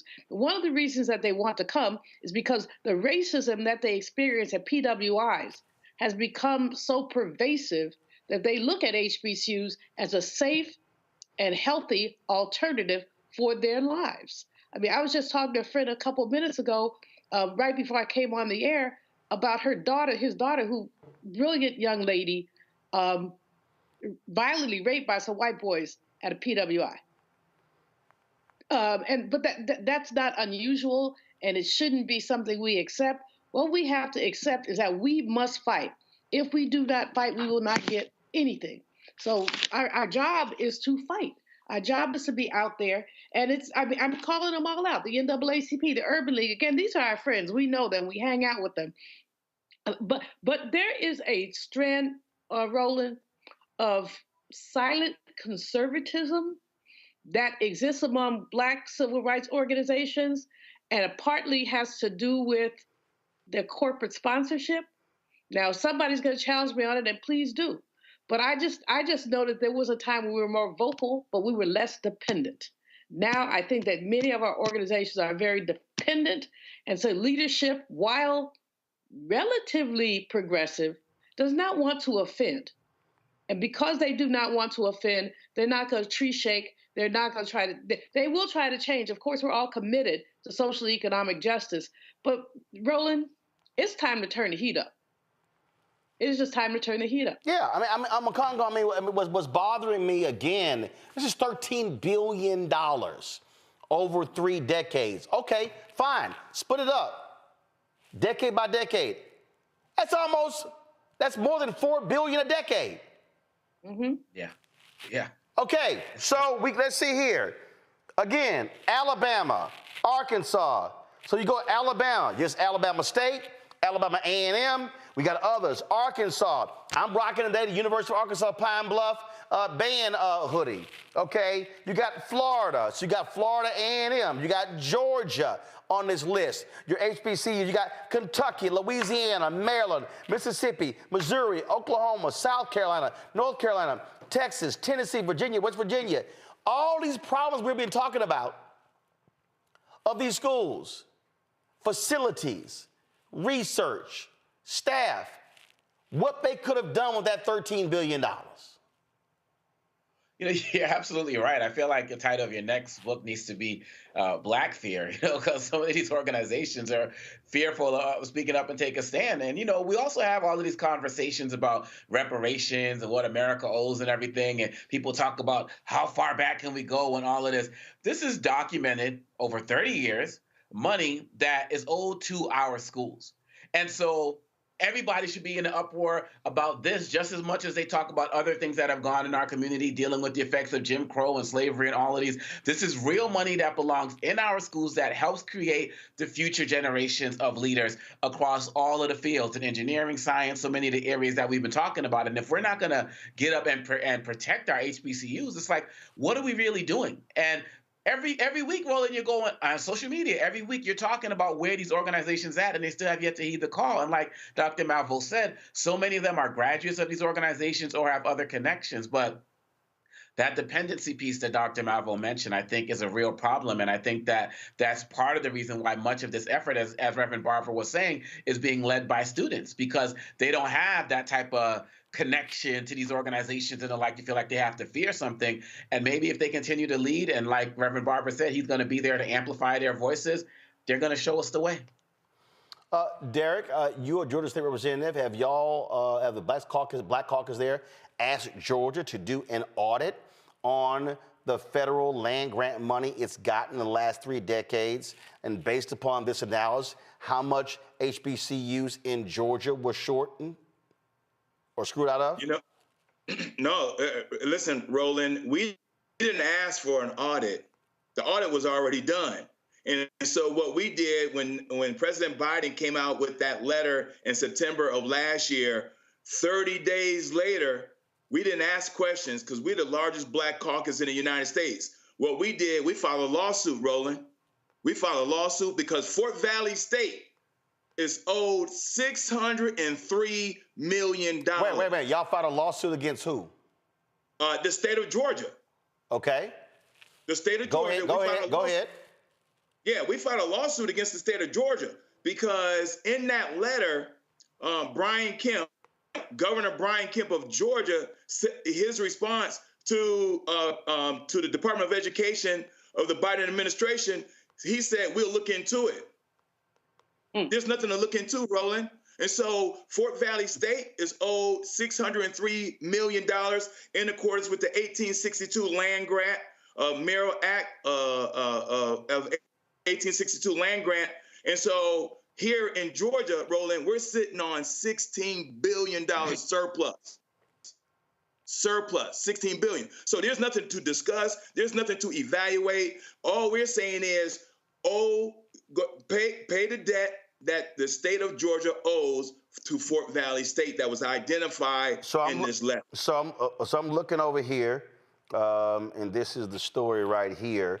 So this dropped in September, and so first of all, and so what you're saying is that one of the 3 HBCUs underfunded by $600 million.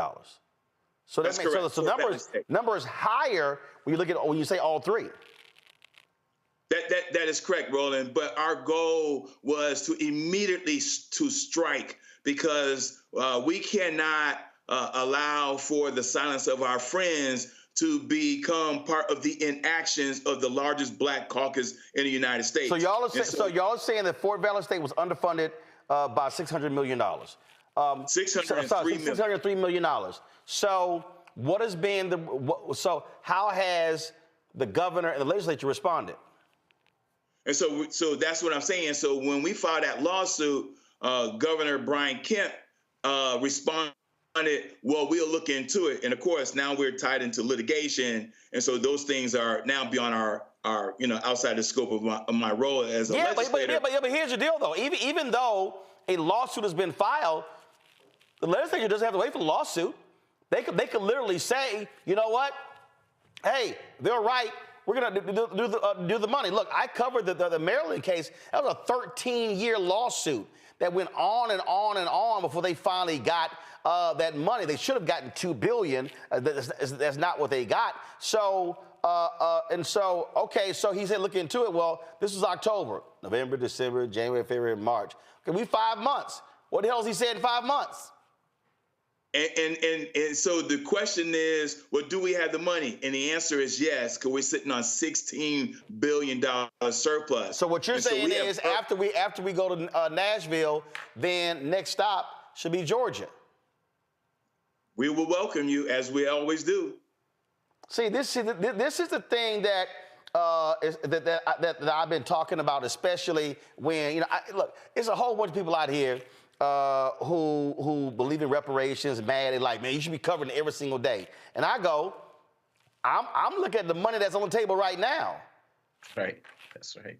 This is $603 million just for Georgia. We're talking about $13 billion. So if we're talking about making action, I'm challenging people like, what the hell are we doing? I just think there's a lot of people who love talking and just having panels and conversations versus putting some pressure. This money here, if you're talking about $603 million just for Fort Valley State, you throw the other two in, you're talking about that could exceed $1 billion. Imagine if the 3 HBCUs in Georgia got that $1 billion in the next 12 months. Game changer. Roland, we don't have to wait. That's my point.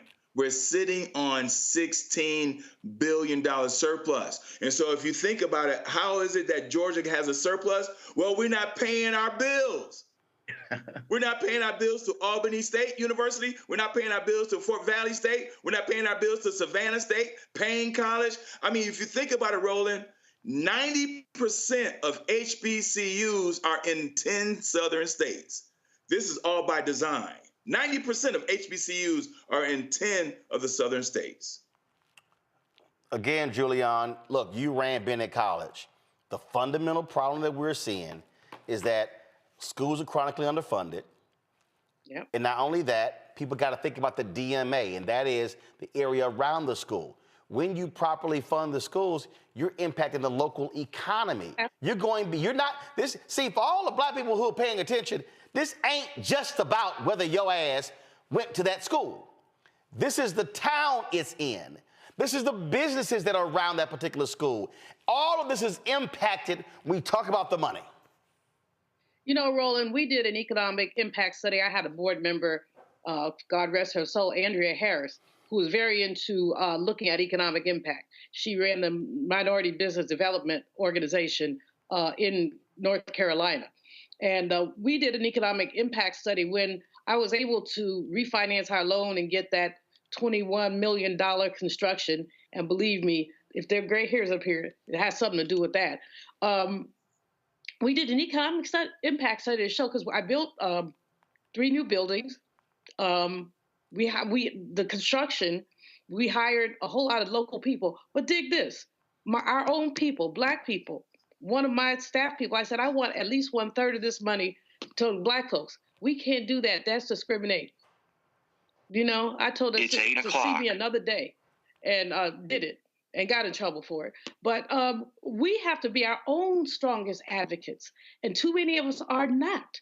We're happy to eat the crumbs off the man's table when we built the table. When we put the food on, then we're prepared to take the crumbs. So these HBCUs are economic drivers, and the more rural you get, you're looking at a Tuskegee, Tougaloo. The more rural you get, the more you see how much a part of economic drivers they are. And not just for our people. We hire white folks too. Much to my chagrin, but that's another story. We hire white folks too. We hire other people. 20% of all HBCUs are non-black. Yeah, Kentucky State. And there are non-black faculty at HBCUs. So, yeah, this ain't, folk need to be speaking up.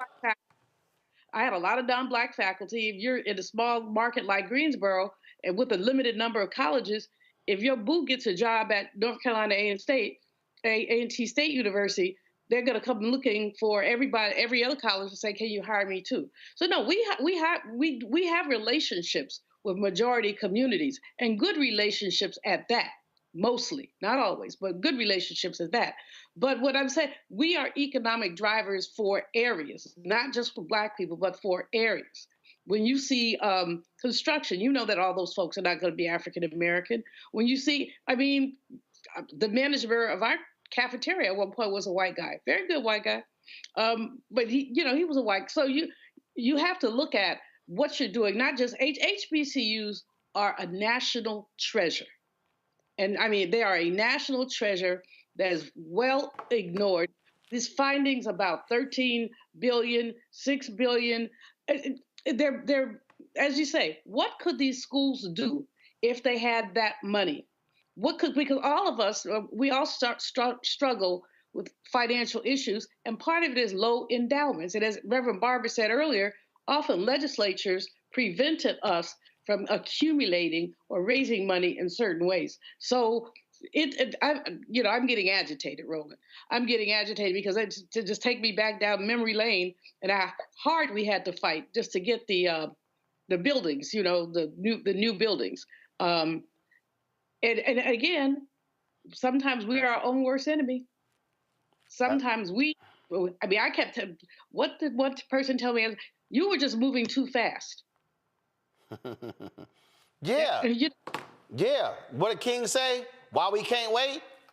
Oh my God. All right, y'all. Let me take a quick break when we come back. I gotta talk about a couple of things here. But let me deal with this fool Bill Maher when we come back.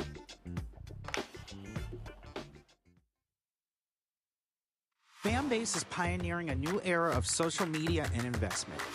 This next generation social app has already raised $10 million and has just opened a new round to invest. For details on how to invest, visit startengine.com/fanbase or scan the QR code.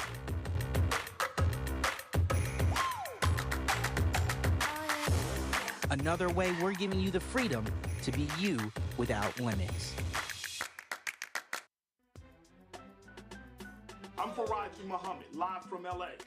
And this is The Culture. The Culture is a two-way conversation. You and me. We talk about the stories, politics, the good, the bad, and the downright ugly. So join our community every day at 3 p.m. Eastern and let your voice be heard. Hey, we're all in this together. So let's talk about it and see what kind of trouble we can get into. It's The Culture, weekdays at 3, only on the Black Star Network. It's John Murray, the executive producer of the new Sherry Shepherd Talk Show. This is your boy, Earthquake. And you're tuned in to Roland Martin, Unfiltered.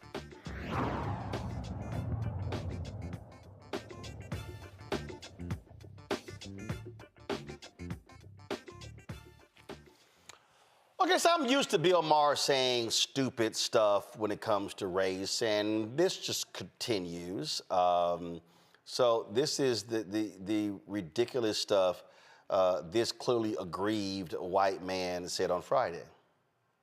Democrats lose elections. When Chuck Schumer and Nancy Pelosi put on kente cloth, I don't think it earned them one vote for their powerful emotional ties to Ghana. Here in California, we're now segregating kidnapping. Really. California doesn't just have Amber Alerts for missing children. We have Ebony Alerts for black children and Feather Alerts for Native American kids. What is that? We look for them by listening on the ground?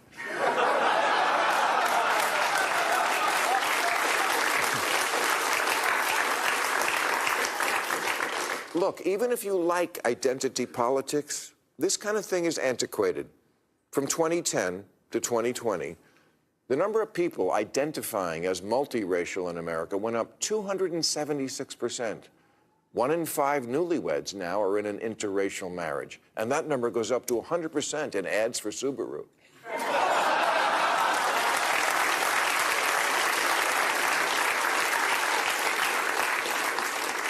You couldn't do a remake of Guess Who's Coming to Dinner today because almost 100% of Americans approve of interracial marriage, especially with rich in-laws. And 95% of white women would leave their husband to marry Idris Elba.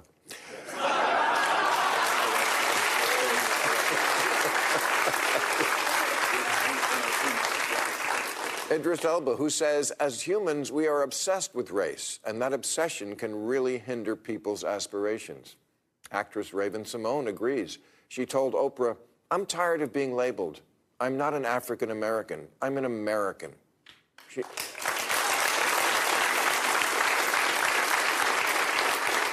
She says, I don't know what country in Africa I'm from. My roots are in Louisiana. And you don't have to agree with that. But it's a point of view a lot of people have. It should be respected.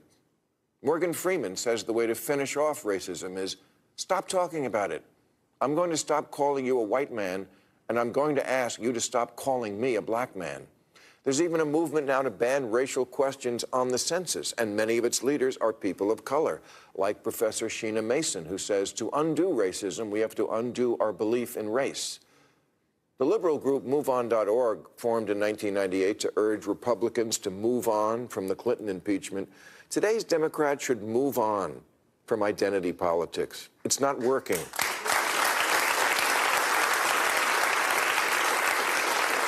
It's not working for them or for us. Democrats are hemorrhaging the very voters they think they're pandering to. The Financial Times writes, Democrats are going backwards faster with voters of color than any other demographic, and suggests the reason is that a less racially divided America is an America where people vote more based on their beliefs than their identity. Exactly. Far-left liberals are living in an old paradigm. Americans don't fit into neat little boxes anymore. Who has the #1 country song right now? Beyonce.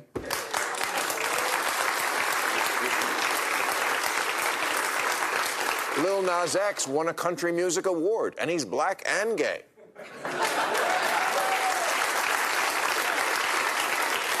And a brand ambassador for the waspiest purse in America, Coach.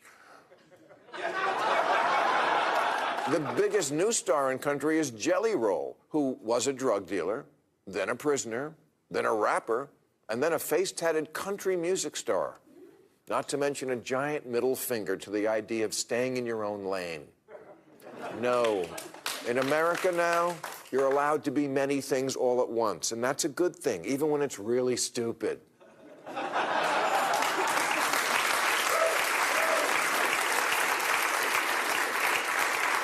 Look, we're all Jelly Roll now. We're sloppy, complicated, and contradictory. 2/3 of Republican voters support weed legalization. And 41% of Democrats own or live with someone who owns a gun. Miss Marvel is Pakistani, and the winner of the last 2 NBA dunk contests is white.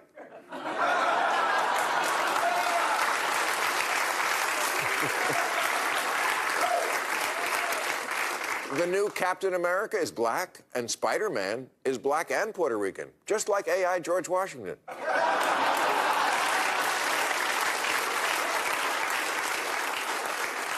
Latinos make up half of the Border Patrol, and the name of the coolest black dude on the planet is Lenny Kravitz.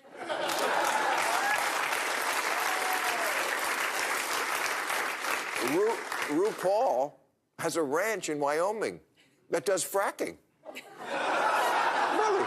And has a fortified compound with a bunker to die for.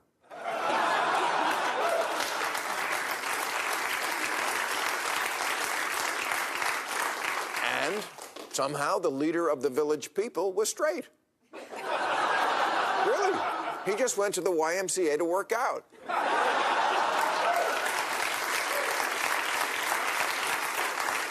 And the leader of the Proud Boys isn't an old white guy. He's Enrique Tarrio, an Afro-Cuban. He burns crosses on his own lawn.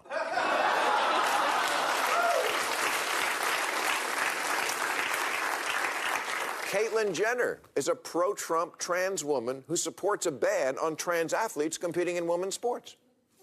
And there's even an LGBTQ organization called Gays for Trump. And why wouldn't there be? Gays love drag queens.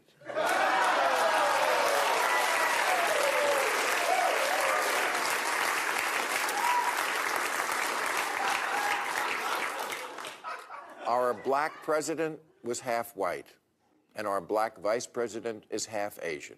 And Tiger Woods is, oh, we don't even have the time. My point is, look, You're still building your politics around slicing and dicing people into these fixed categories. Democrats need to get the memo that you can't win elections anymore by automatically assuming you're going to get every voter who's not these guys.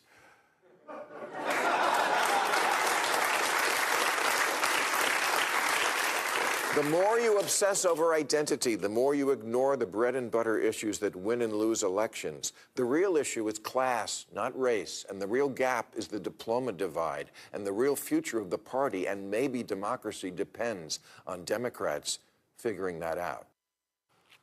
Well, now that we've finished airing that piece of shit, here's the deal that Bill Maher wants to talk about. So he wants to talk about there being the diploma divide. Okay, Bill, do me a favor.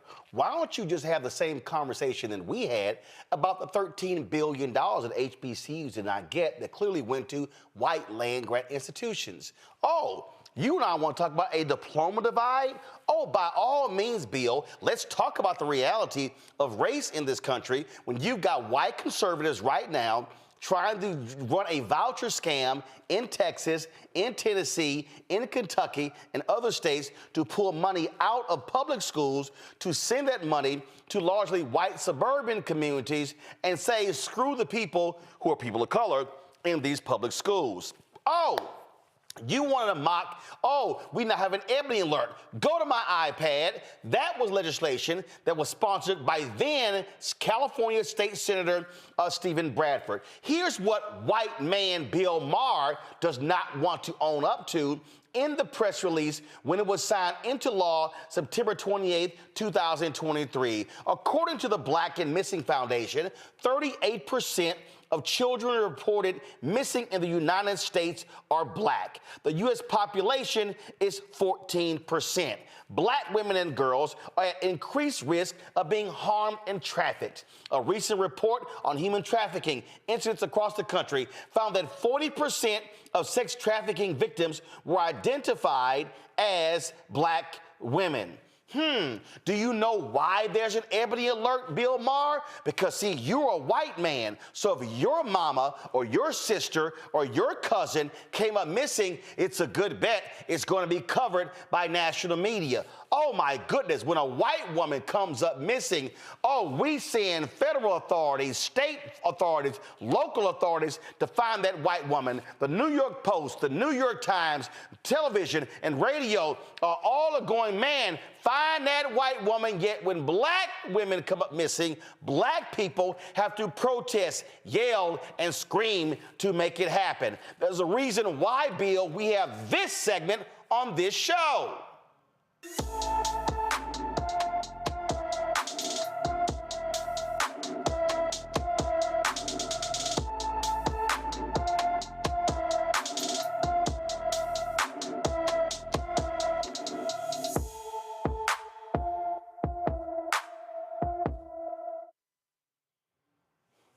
See, Bill, you don't care about Aaron Hope, who has been missing from his South Bend, Indiana home since January 22nd. He's 16 years old, 5 feet 10 inches tall, weighs 140 pounds, with black hair and brown eyes. Anybody with information regarding Aaron Hope should call the South Bend Police Department at 574-235-9201, 574-235-9201. See, we do that every single day, Bill. You know why? Because white media does it. It does it. I can guarantee you, Bill Maher, you can name off the top of your head at least 5 prominent white women who came up missing where their story was plastered all around the country. Bill, can you name me one black woman? One black woman? I mean, you have an affinity for black women, so I would think you could name one black woman who's been missing. Since you care about black women, probably only in the bedroom. See, here's the reality. You are a white man, Bill Maher, and you yourself are the epitome of identity politics. Yes, you. First of all, anybody who knows politics knows all politics is about is identity politics. NASCAR dads, they ain't black. Soccer moms, they ain't black. We know the game.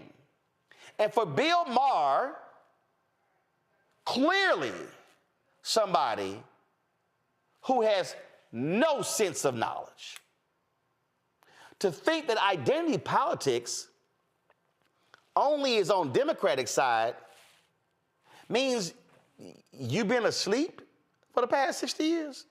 What the hell do you think the Southern strategy was all about?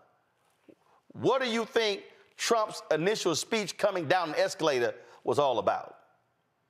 What do you think the attack on CRT and DEI and the Affirmative Action Bill is all about? See, Bill, since you want to talk about how, oh, no, it's the bread and butter issue. Okay, well then tell me why 2% of all venture capital goes to black people. 2%. Please tell me, Bill, why the federal government spends some $600 billion on contracts and 1.67% goes to black people. Is it that we don't own businesses? Is that we are not smart? Please, by all means, Bill, since you care about black women only in the bedroom, please share with us in your infinite wisdom why black women maternal health is more dire than that of white women, even, Bill, when you are a rich black woman like Serena Williams. Oh, but then the white savior Bill Maher wants to parade the exceptional Negro. Look at this. Beyonce, a black woman, has a #1 song country charts in America. But I noticed, Bill, how you skipped over the racism that Beyonce encountered in 2016 when she performed at the Country Music Awards. I noticed how you gave no nuance in Beyonce's statement when she alluded to what took place at the Country Music Awards. Were your researchers asleep on that part? Oh, then you want to mention, oh, this person, that person. See, this is what white men like Bill Maher do. This is what they do. Look at Thurgood Marshall. Oh, so when Thurgood Marshall became the first black on the Supreme Court, did that somehow eliminate all racism in the criminal justice system? Please tell that to all the black men that have been released from prison since Thurgood Marshall was on the Supreme Court, who were sentenced to death row for crimes they did not commit, Bill. Oh, I'm sorry. See, in your world, that's identity politics. We shouldn't talk about those things, those little pesky things. And so you sat here and you went, oh, on and on, and oh, my goodness, Kamala Harris, you said, oh, she's half black and she's half Asian. So are you somehow suggesting that she has not had to endure a significant level of racist attacks? Oh, you mentioned, oh, we had a half president, half black, half white. So we don't want to talk about the double standard that existed between him and Trump? Super white man, half black, half white man? See, you don't want to deal with that. See, guys like you, Bill Maher, you're the white liberals I talked about in my book, White Fear. How the browning of America is making white folks lose their minds. It's white men like you. It's white men like you, Bill, who are also threatened. It's white men like you, Bill Maher, who don't want to see your whiteness, who don't want to see your white maleness. See, the reality, Bill, is that when you assign identity politics to only Democrats, you act as if that we are just this wonderful America and things are great, when, Bill, we can go down the line. Health, education, economics, real estate. Oh, you didn't think that racism was there? Oh, see, I guess you missed when I did Patrick Bet David's podcast, when I had to jack him up and I had to break down in the racism in census tracts and appraisals.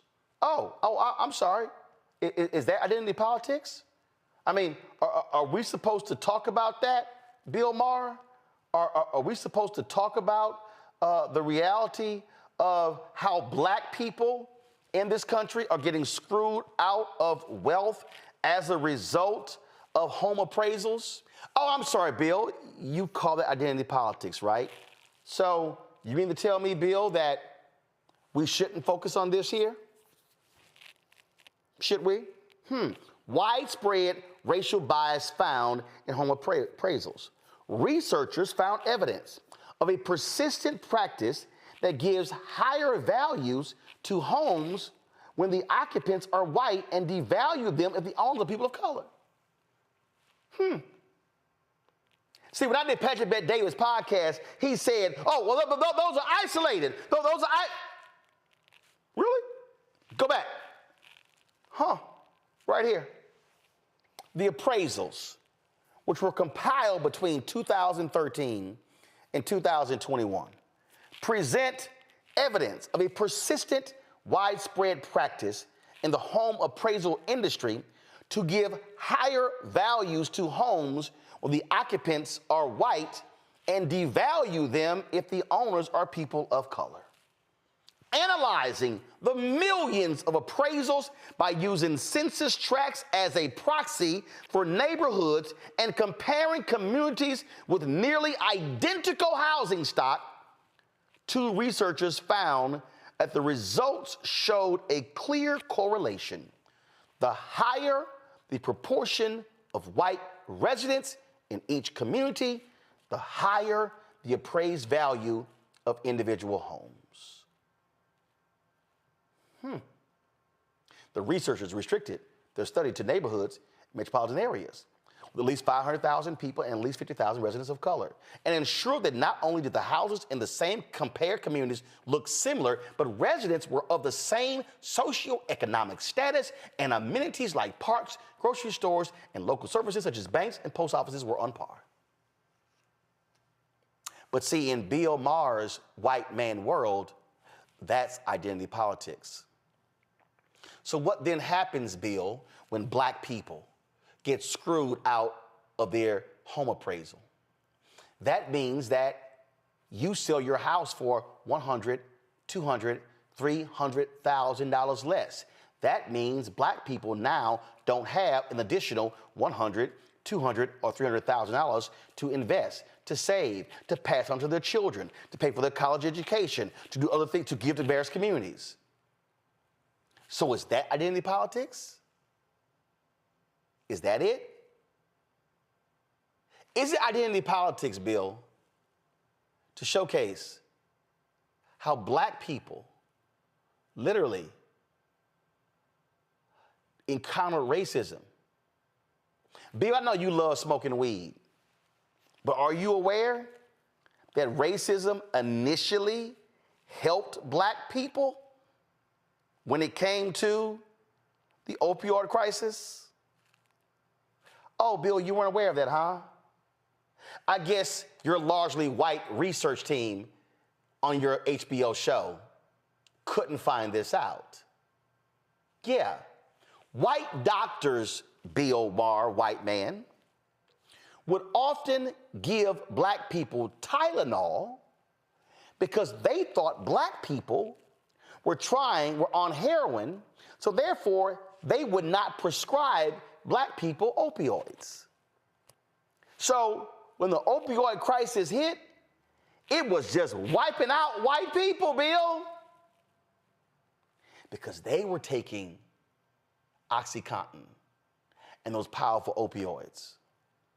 So when it started, I literally said, wow, this is the first instance in the history of America where racism helped black people. Few of us were dying from opioid epidemic because the racist white doctors would not prescribe us the pills. But Bill, you call that identity politics. So Bill, here's the deal. October will mark the 10th anniversary when I last appeared on your show. You remember that, right?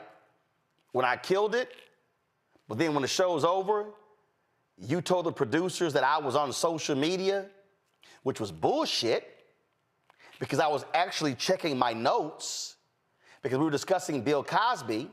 And on the way to the show, I had called a rape survivor, Shalai Abrams, and I had called Dr. Jeffrey Gardier to get their perspective on why women come with their story 20 years later. And I knew Bill Cosby was coming up, and I wanted to properly quote them. And that night, Bill, I pulled up my notes when your producer told me at the rap party, and I showed them the notes. And I walked up to you and told you, I hear you have a problem, thinking I was on social media. And I showed you the notes. Have been invited back since. But you got your podcast where y'all sit there, and when you smoke and drink, first of all, you can drink in front of me, but I don't inhale weed. Bill, I'll be happy to come do your show anytime. I'll be happy to invite you right here. And if you want to have a real conversation about identity politics and the reality of America, bring it. Because all that bullshit you said Friday night was exactly that. Did not pass the smell test. Because you, Bill Maher, are literally in denial. As a white man in America, you are in denial about the reality of what we face in this country every single day. But you get to sit in your largely white enclave on HBO, and you do know what I'm talking about, and sit here and pontificate in a snarky, arrogant ass way when the facts simply do not line up. So take your pick, Bill. Pick the lane. Education, health, economics. And you and I could have a real conversation about the reality of race, of class, in any of those areas. But you know what? You punked out that night 10 years ago. Because when I showed you I wasn't on social media and I showed you the notes, you probably punk out on this conversation. Because that's what a lot of arrogant white liberal men do. So yeah, you deserve to be called out for the bullshit that you showed on Friday night. I'm closing the show out. Each one of my panel can comment. So, Derek, you first. You know, Roland, today's news could not have been a better bookend to what you just articulated. Today's news where Donald Trump, his $454 million bond was reduced to $175 million. He's dealing with a hush money case. But then on the other bookend, Roland, we watched the raid of Sean Diddy Combs. We watched folks getting arrested. We watched the aerial shots, the helicopters and everything. And I'm not trying to rush the judgment on Sean Combs, but the bookend is very clear. If Bill Maher doesn't understand what you just articulated, I mean, his analysis around identity politics was ignorant. And I'm trying to be very polite on the show. It clearly demonstrates those with privilege, those who have a spirit of entitlement, right? They cannot walk, forget a mile in our shoes, they can't walk one block. And they refuse to look through the United States through the lens of a black person. And so for him to say Democrats is around this identity politics, but yet you don't want to talk about Trump selling gold-plated sneakers for $400. You don't want to talk about Trump having 91 felonies. No one in the country of the United States ever had that number of felonies. No black person. If Barack Obama had one felony, he would have been arrested. And I know people tend to say, Roland, I get it. There you go again. Y'all talking about race, but they continue to demonstrate and illustrate why we're so frustrated, because if you're going to talk about these United States, is United States racist or not, today's news is the perfect bookend. You watch Trump continue to attack the courts, the judge, and everybody in the justice system, but meanwhile, you watch a raid. Diddy did not get an opportunity to negotiate for 18 to 19 months of a person that took classified material. Yep. I mean, classified material. And so this is the problem that we have with people with Bill Maher. Here's my dear Julian. It would be awesome to have a non-race conversation. That would be amazing. It would be amazing, absolutely amazing, to have an education conversation, but you can't talk about HBCUs being cheated out of $13 billion and leave out race. You can't talk about the voucher scam that they're trying to do in Texas and Tennessee and Kentucky and you leave out race. You can't talk about healthcare in America and disparities and you leave out race. You can't talk about economic prosperity in America, housing, venture capital fund, private equity, stocks and bonds, and you leave out race. White men like Bill Maher would love if y'all could just stop. And then, he quotes, Raven Simone. He quotes Raven Simone. Can we stop? I'm from Louisiana. No, you're not. Because guess what, Raven?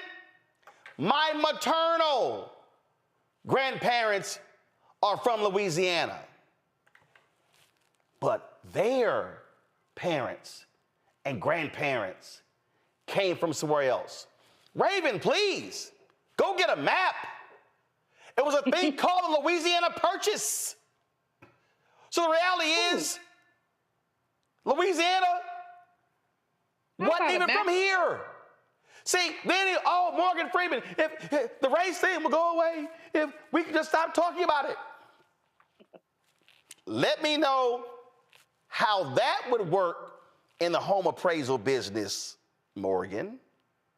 Matter of fact, I thought that was laughable, Bill, especially considering Morgan lives right there in Mississippi.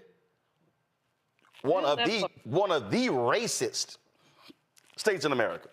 Then he shows, who was the other person he showed? Well, this one woman said that we could take race off the census. Okay. Roland, I wish you could show. I wish you could show our faces when we were listening to that fool. Because literally about 3 times, like, shut up, fool. Not funny, Bill. Yeah, I mean, he tends to be funny, but that was patronizing. It was ignorant. I will say a couple things. One, Steve Bradford, State Senator Steve Bradford in California, was pressured, actually. I mean, he'd have to be pressured because he's a good dude. But Black women's organizations were looking at the fact that we go missing, nobody gives a bluck. Nobody. Nobody. And then Roland, one of the things you didn't say that we should is that when these white girls go missing, half the times they lying. The runaway bride, she just went somewhere. She didn't want to get married, so she ran away. And guess what? We would have no problem. There would be no need for the Ebony Alert if Black people were included in the Amber Alert. Hello. See, since Bill want to sit here, now he pissing me off. Okay. Well, because what Bill Maher want to deal with, that little Black boy in Louisiana came up missing, and the cops told his mama, he may just be playing at somebody at a friend's house. When the white woman and the son came pick that boy up, and later found that boy murdered. But the cops were like, we're not going to look for him because he's probably out there. They did not take that woman seriously, and her son was found dead. They never take the missing a Black girl seriously. We always either ran away, we were involved in something illegal. I mean, but like I said, let the least little white girl go missing, and they won't even investigate it. I mean, they'll investigate, they'll look for her, but they won't investigate the story. How did the runaway bride get away with it as long as she did? But in the longest run, Bill Maher is tripping, and we know that he's tripping. And as you said, we can't if we choose to be myopic, which many white men are, we might be able to have a conversation or two, absent race. I guess we would have to talk about food, maybe clouds. I'm trying to think about where we have a conversation that does not include race, because race is part of our life. Race is part of our very existence. And literally everything, I'll tell you a short story about some white people. I came home the other day, so white people standing in my yard. I said, what y'all doing in my yard? Oh, we just looking around. WTF. I asked them to leave.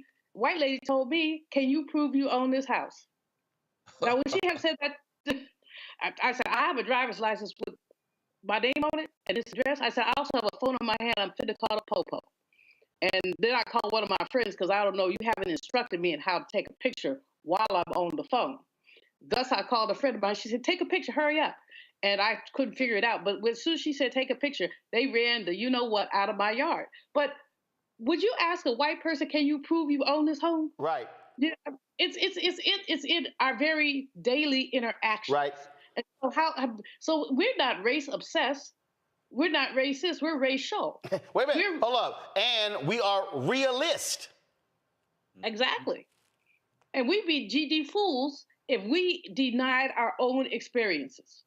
But also how to fix this issue in Congo. That to me is the thing here. And again, what white men like Bill Maher don't want to deal with, they want to live in this space age. You know what? They want to live in the bottom part of King's I Have a Dream speech. They live in that world. Oh, little black boy, little black girl holding hands, but the rest of us, we live in that part that was the top of the speech. Yeah, that's real talk. I mean, the whole conversation about identity politics, everything the Republicans have been doing have been based on identity politics. Look at their transgender ban. Look at the Don't Say Gay bill. Look at, the marriage laws. Look at what's happening with women across the country as it relates to who has the right to say who can have children and when, and what they're doing with IVF and everything. That's about against women's identity, right? And their ability to assert themselves. So every single thing that they've been built on has been built on identity politics. And furthermore, if you want to talk about the history of racism, you talk about Obama. Yeah, he's black, but he's half white and this and that. Are you going to mention that and not mention the one drop rule that said if you had one drop of black blood, you are black, no matter what other parentage you had? Like, that's part of the history. That's part of the story. And also, Roland, he's lying about Democrats have been losing because since 2018, they've been winning everything. Right. You know what I mean? So it's like, it doesn't make sense with the elections that have been going on. The Republicans keep losing because they are the ones trying to hammer down on identity politics. They're the ones trying to keep us divided, and they are the ones playing this grievance. Maher sounds just like that doctor guy from Tennessee that you played earlier, just more of a comedic version. And so he keeps talking about all these individual things relating to racism. And by the way, Raven Simone, go to a Trump rally and say what you just said and see what happens. He keeps talking about this individual, but does not talk about the institutional racism, which you laid out when you laid him out. And so every single day, when we talk about the bigger issues, Bill Maher looks more and more idiotic and more like somebody who has no idea what he's talking about, but is playing off the politics of grievance, and you laid it out better than anybody could. I'm going to close with this. Since Bill Maher, since you, if we just focus on class, okay, Bill? So, Bill, help me out here, Bill. Bill, I want you to look at this black boy right here. Kawan Bobby Charles, November 3rd, 2020. 15-year-old boy. His friend and his mama, his white friend, 17-year-old Gavin Irvin, and Irvin's mama, Janet, came by his house and picked him up. His family said he was missing. His family called the cops. The cops said, oh, he had a football game. 3 days later, Bill, this was the discovery in a sugarcane field. He had been beaten and tortured. This is how that boy left home. And Bill, this is how his mama had to bury him. And that white woman wasn't immediately arrested. There were no answers from the mama or from the son. Nothing. And Bill, do you know what that white woman was charged with? Contributing to the delinquency of a minor and failure to report a missing child. So, Bill, you tell me this, how a white woman and her 17-year-old white son could pick up a 15-year-old black boy from his house in New Iberia, Louisiana in 2020, and 3 days later, that boy is found dead. And nobody to this day has been charged in this boy's murder. You then talk to me then, Bill Maher, about your bullshit attack on identity politics. I'm also close this since we in Louisiana. There was an election over the weekend, Bill, and a black man named Henry Whitehorn, he ran in a general. Well, guess what happened, Bill? The white man he ran against contested the election because Henry won by 1 vote. They forced a runoff. Well, guess what? That brother right there, he won by 5,000 votes. He overcame the BS. And you know what he became? The first black sheriff in Cato Parish. And he's only one of, I think, 2 black sheriffs out of 63 in the entire state. But hey, Bill Maher believes that we just focus too much on identity politics. Must be nice to live the life of a white, unbothered man, Bill Maher. Folks, that's it. Derek, Julian, Omakongo, I appreciate y'all joining the show. Folks, please support us in what we do. Join our Bring the Funk fan club. Your dollars make it possible for us to do what we do. Send your check and money order to P.O. Box 57196, Washington, D.C., 20037-0196. Cash App, $RM Unfiltered. PayPal, R Martin Unfiltered. Venmo is RM Unfiltered. Zelle, Roland at RolandSMartin.com. Roland at RolandMartinUnfiltered.com. Download the Black Star Network app. Apple phone, Android phone, Apple TV, Android TV, Roku, Amazon Fire TV, Xbox One, Samsung Smart TV. Be sure to get a copy of my book, Bill Maher, You Need To.